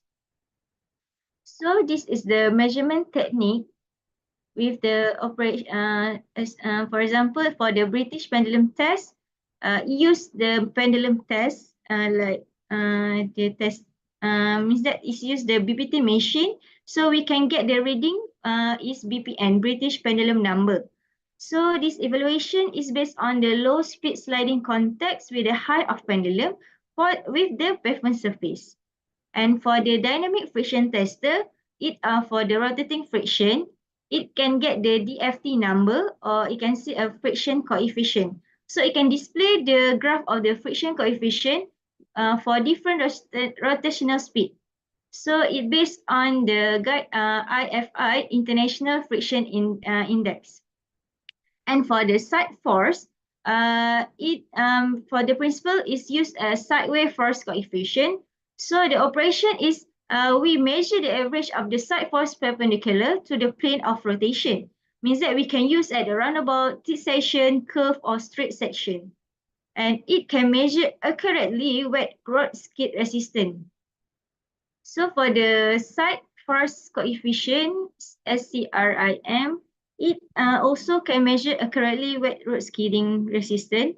It can use for the vertical load and sideway force generated by the frictional resistance to the skid of the test wheel. And for the log wheel and the fixed slip, is used for the longitudinal friction coefficient. Next, this is the relationship between skid resistance and accident rate. As from the KH Sculp et al., this is the graph shows the relationship between the accident rate in pavement during wet weather and friction coefficient. So it shows that when in wet pavement, it higher accident rate. So because wet condition drastically reduce the friction, so it increase the accident risk. And a study shows that this graph direct inversely relationship between the friction coefficient and accident rate on wet roads. So what is the factor? The factor is because the poor road designs such as sharp curves, steep slope, so it can cause the skidding problem. And also the inadequate drainage. maybe it has some leak of water for the pavement. So it leads to the standing water in the pavement and increase the accident at the location. So as a conclusion, skid resistance is essentially we want to reduce the road accident, especially on the wet condition in rainy days, because sometimes people drive have a high speed when it's driving, and because they are want to rushing to their work or anything. And secondly, I suggest we use the portable testing methods such as BPT and DFT because it has it easy to use and less cost. And for the advanced method like laser-based measurement has high precision, but it has high cost. So for the recommendation, maybe we can improve the skid resistance using the better material and texture design, and also regular testing for the pavement skid resistance to ensure the road safety for the accident rate that high accident rates. And lastly, invest in advanced technology for high accuracy measurement. This is the reference. Thank you. Right, thank you very much, Miss Rafidah Mazlan. Is that correct? Yes. Nama dah terbalik kat sini. Okay. All right. Thank you very much for the presentation. So I open to the floor. If you do have any questions of pavement here. Okay, I have a simple Right. question. I don't go through all the slide if I miss. If you share any value for the skid resistant value, Rafida, ada tak? Show. Ada show tadi. Tak ada. Okay. Typically we do have value for skid resistant for intersection, for straight road, for curved road. But this particular skid resistant value, it is still not been revised. I don't know whether it's still can be used until now, because the references almost 50 years ago. The numbers of reference values still remain. Whereas we have to have super pave, ground rubber, porous asphalt, which is can make better resistance for the road surface. So what the kind of the mechanism to evaluate this kind of the different performance of the pavement surface by using so-called advanced materials instead of we getting the conventional measurement or the latest measurement using laser or whatsoever, but still we reference the number of index like typical intersection. We target for 50 or 55 or some up to 60. Whereas this value we taken long time ago. So what is your comment or suggestion on kind of the issue? So I think for solve this, because nowadays as doctor says that we have many improve for the pavement. So maybe in my opinion, we can do for the laser method because it not specified for the straight or curve, but it has a high cost when we want to use these devices lah. That is my opinion. But my concern is the value of the skid resistor, not the tools, because the measurement of the value skid resistor like 55, 50 for intersection, they use the pendulum. So now we have sophisticated tools and grade of asphalt mix. How come the value is quite similar to be referred to get indicator to represent that is a good skid resistance for this particular surface for you? That is the issue. Similar issue like Prof. Ratnasamy, I think back 20 years ago, I learned from, no, not 20 years, 15 years ago. He's just told when he gives some suggestion to increase the load factor from 1.2 become 1.5 or 2.0, because the loading of the vehicle now quite excessive and very heavy in terms of W base. That's why we need to revise. Similar same issue to the citizen value. We still stick with the old value because we refer that kind of the standard. Whereas now everything was changed in terms of the performance of the scope, materials and tools to measure. That's the point.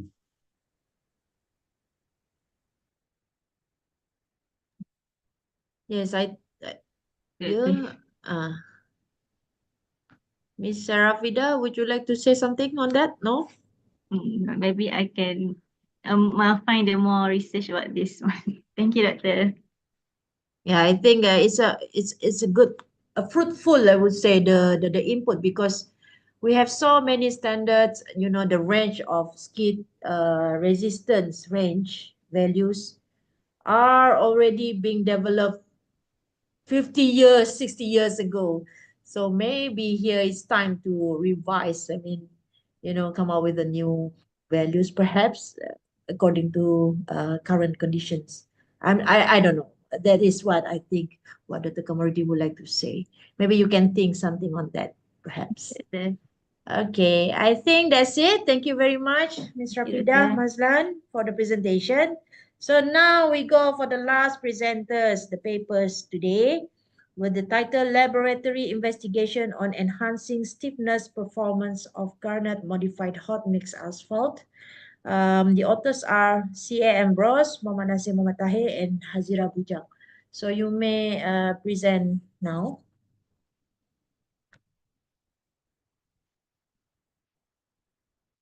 All right, we can see your slide. Can anyone hear me? Yes. Could you please on your video? We can. Yeah. Okay. Good. All right.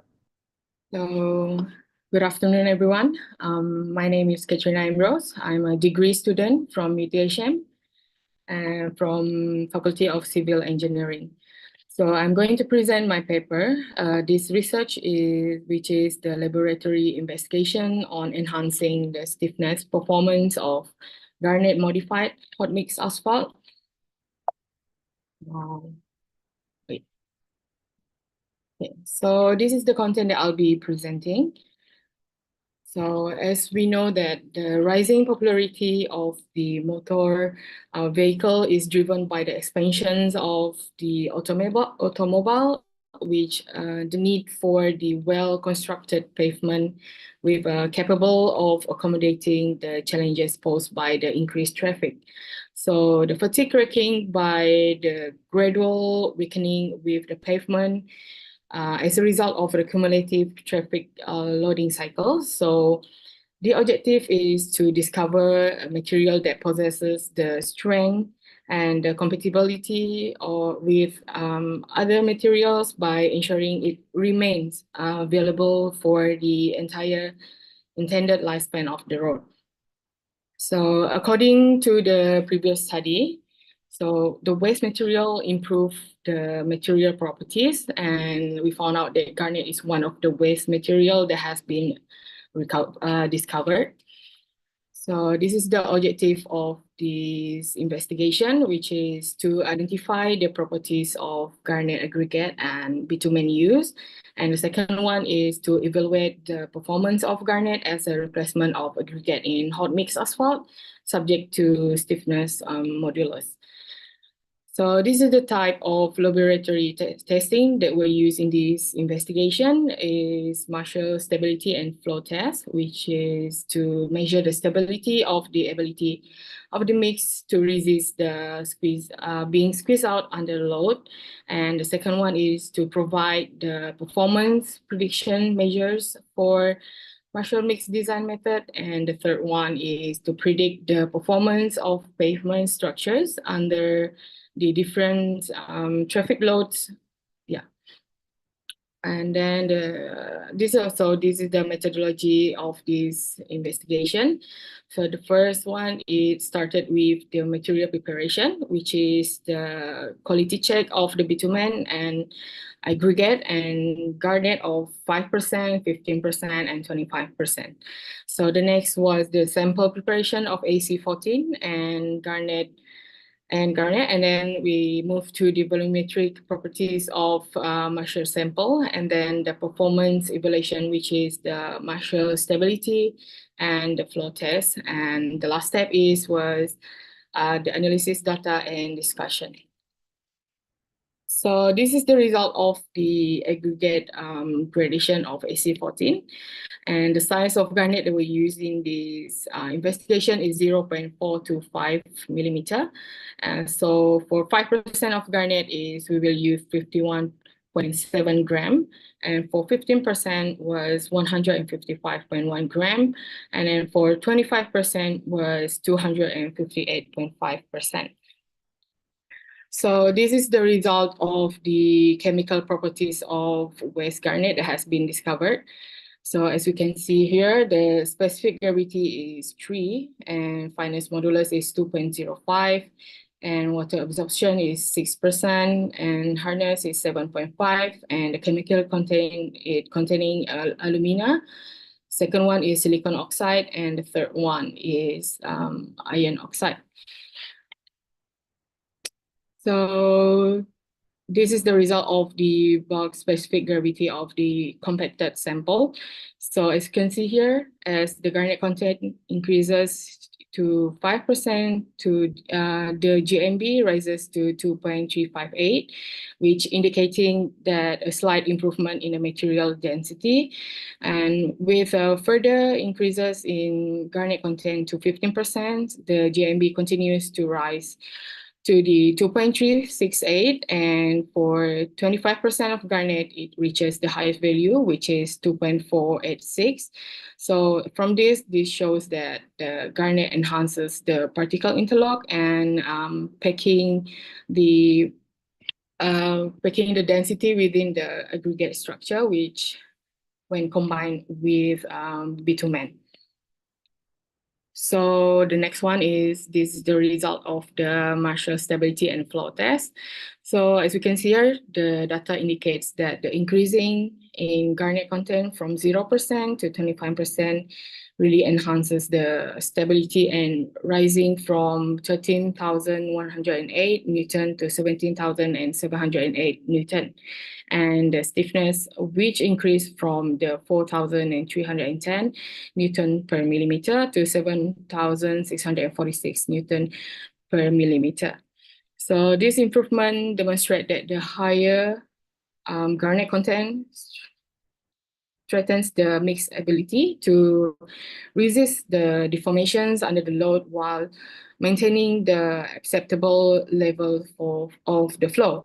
So decreasing from 3.041 millimeter to 2.316 millimeter, which ensures that the mixture is either too rigid or too flexible.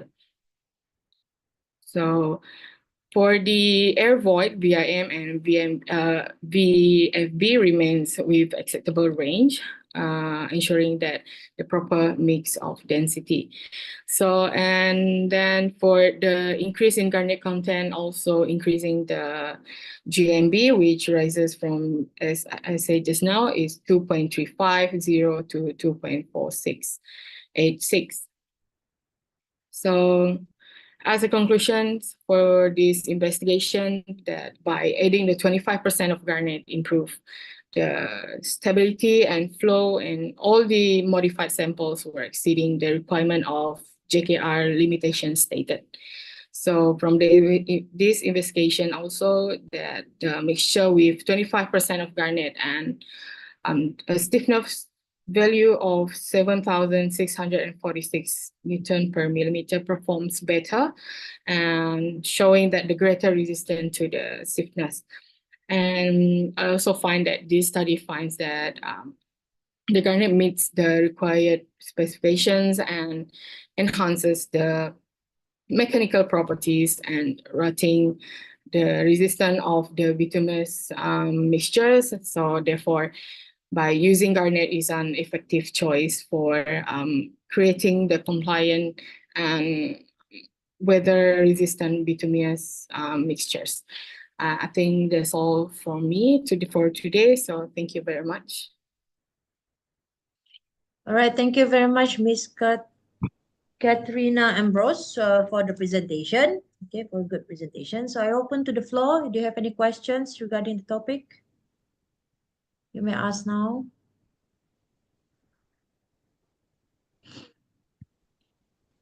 Hi, Miss Katrina. I'm Okay. Dr. Suhana from University Malaya.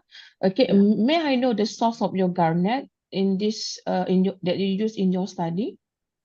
The source of my garnet is from the West garnet that been used for the, the shining for the, how do we say that? It's kind of like it kind of look like the, when the shipyard they used to scrub the rust from the ship. It's from the garnet is from that. Is that make Oh, sense? okay. Do you have any photos of it? I think I do have any photo. Yeah, because I might miss your presentation at the beginning. Oh, okay. So Yeah, it meaning that kind of you look will like this. use, yeah, you use it as a fine aggregate replacement, meaning that, right? Yep, yes.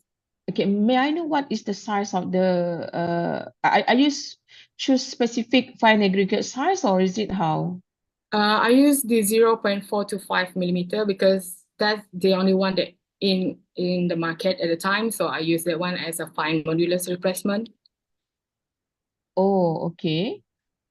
Is it means that it is not you are buying the granite for your study, or is it you got it from the recycling center? I bought it. Yeah, I bought it. Oh, okay. Yeah. Okay, then. May I know when you design for the Marshall stiffness, okay, sorry, Marshall stability and floor, okay, are you design it for the low, middle, or heavy duty pavement? I design it mostly to the heavy duty. Or with the 75 blows, right? Meaning that? Yeah, with the ASTM 1559, D1559. Okay. Yeah, it seems that it looks a quite enhancing result to me. Okay, by looking at the stability and flow. Okay, yeah, this one, stability and flow. It is quite high for the stability, which is mainly we only the standard is 6.2. You're not mistaken, or I didn't remember quite well. I think there's the standard value for it, right? Are you referring to ASTM, or is it which one? I'm referring to the JKR standard for 2008. Mm-hmm. Yeah, the standard for it, the stability must be more than 13,000, I think. Yeah, Yeah. correct. Yeah. Yeah, so because this is wearing cost layer, right? Yeah. Yeah.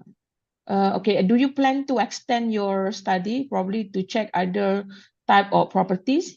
For example, resilient modulus, and perhaps I think fatigue cracking, since that one of your objective is to check the pavement condition under repeated loading, I'm not mistaken. Yeah. I think if there's opportunity for me to continue further this research, I would be continuing it. But for now, yeah, this is my research for now, yeah. Oh, meaning that you are done, meaning that, right? Yeah. Oh, okay. Katrina, thank you. Yeah, thank you for asking. Thank you both, and thank you, Dr. Swana, for the interesting suggestion and also question. So, any other questions from the floor before we finish? No? Okay. All right. So since this is the last paper, so I would like to ask everyone here to complete the Google form attached in the chat box for your attendance on the first parallel session today.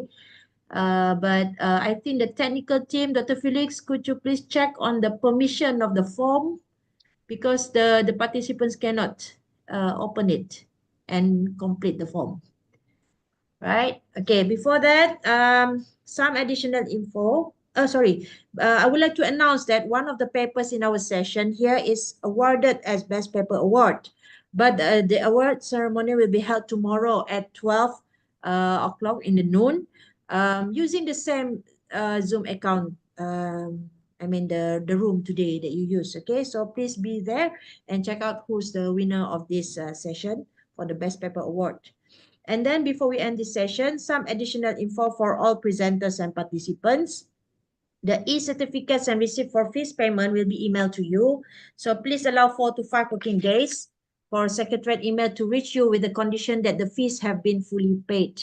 For those who have not made the fee payments or submitted the camera ready or revised paper, please do as soon as possible so that we can proceed with the e-certificates, receipts, and publications. So e-certificates will be emailed to you in a few days after the session ends. So for those who have not submitted the camera ready revised paper, please, okay, it's repetition, never mind. Please submit the revised papers as soon as possible, yeah? And then last but not least, on behalf of the MUTRFC 2024 committee, I would like to thank everyone for gracing our session with your presence. So we hope that this session has benefited you, and we wish everyone would be having a fantastic time today. So once again, thank you and see you at the next conference that will be held by our faculty, ICONSIS 2025. But before we end, let's take a group photo together, and please on your video camera for this group photo session, please. Thank you.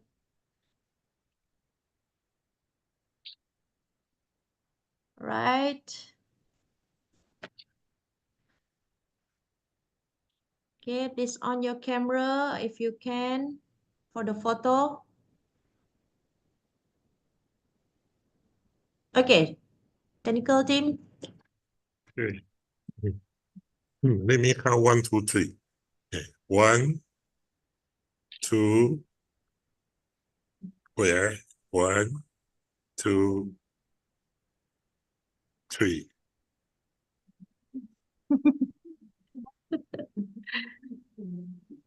Is that okay? Yeah. Okay. One All more. right. Wait. One more. Wait. Okay, one more.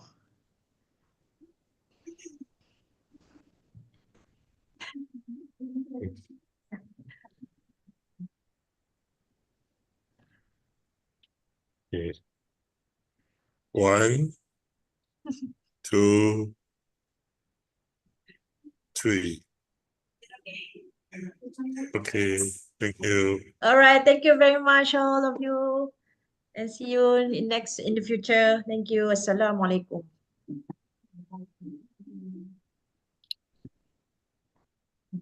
Thank you, Dr. Swana. See all of you tomorrow.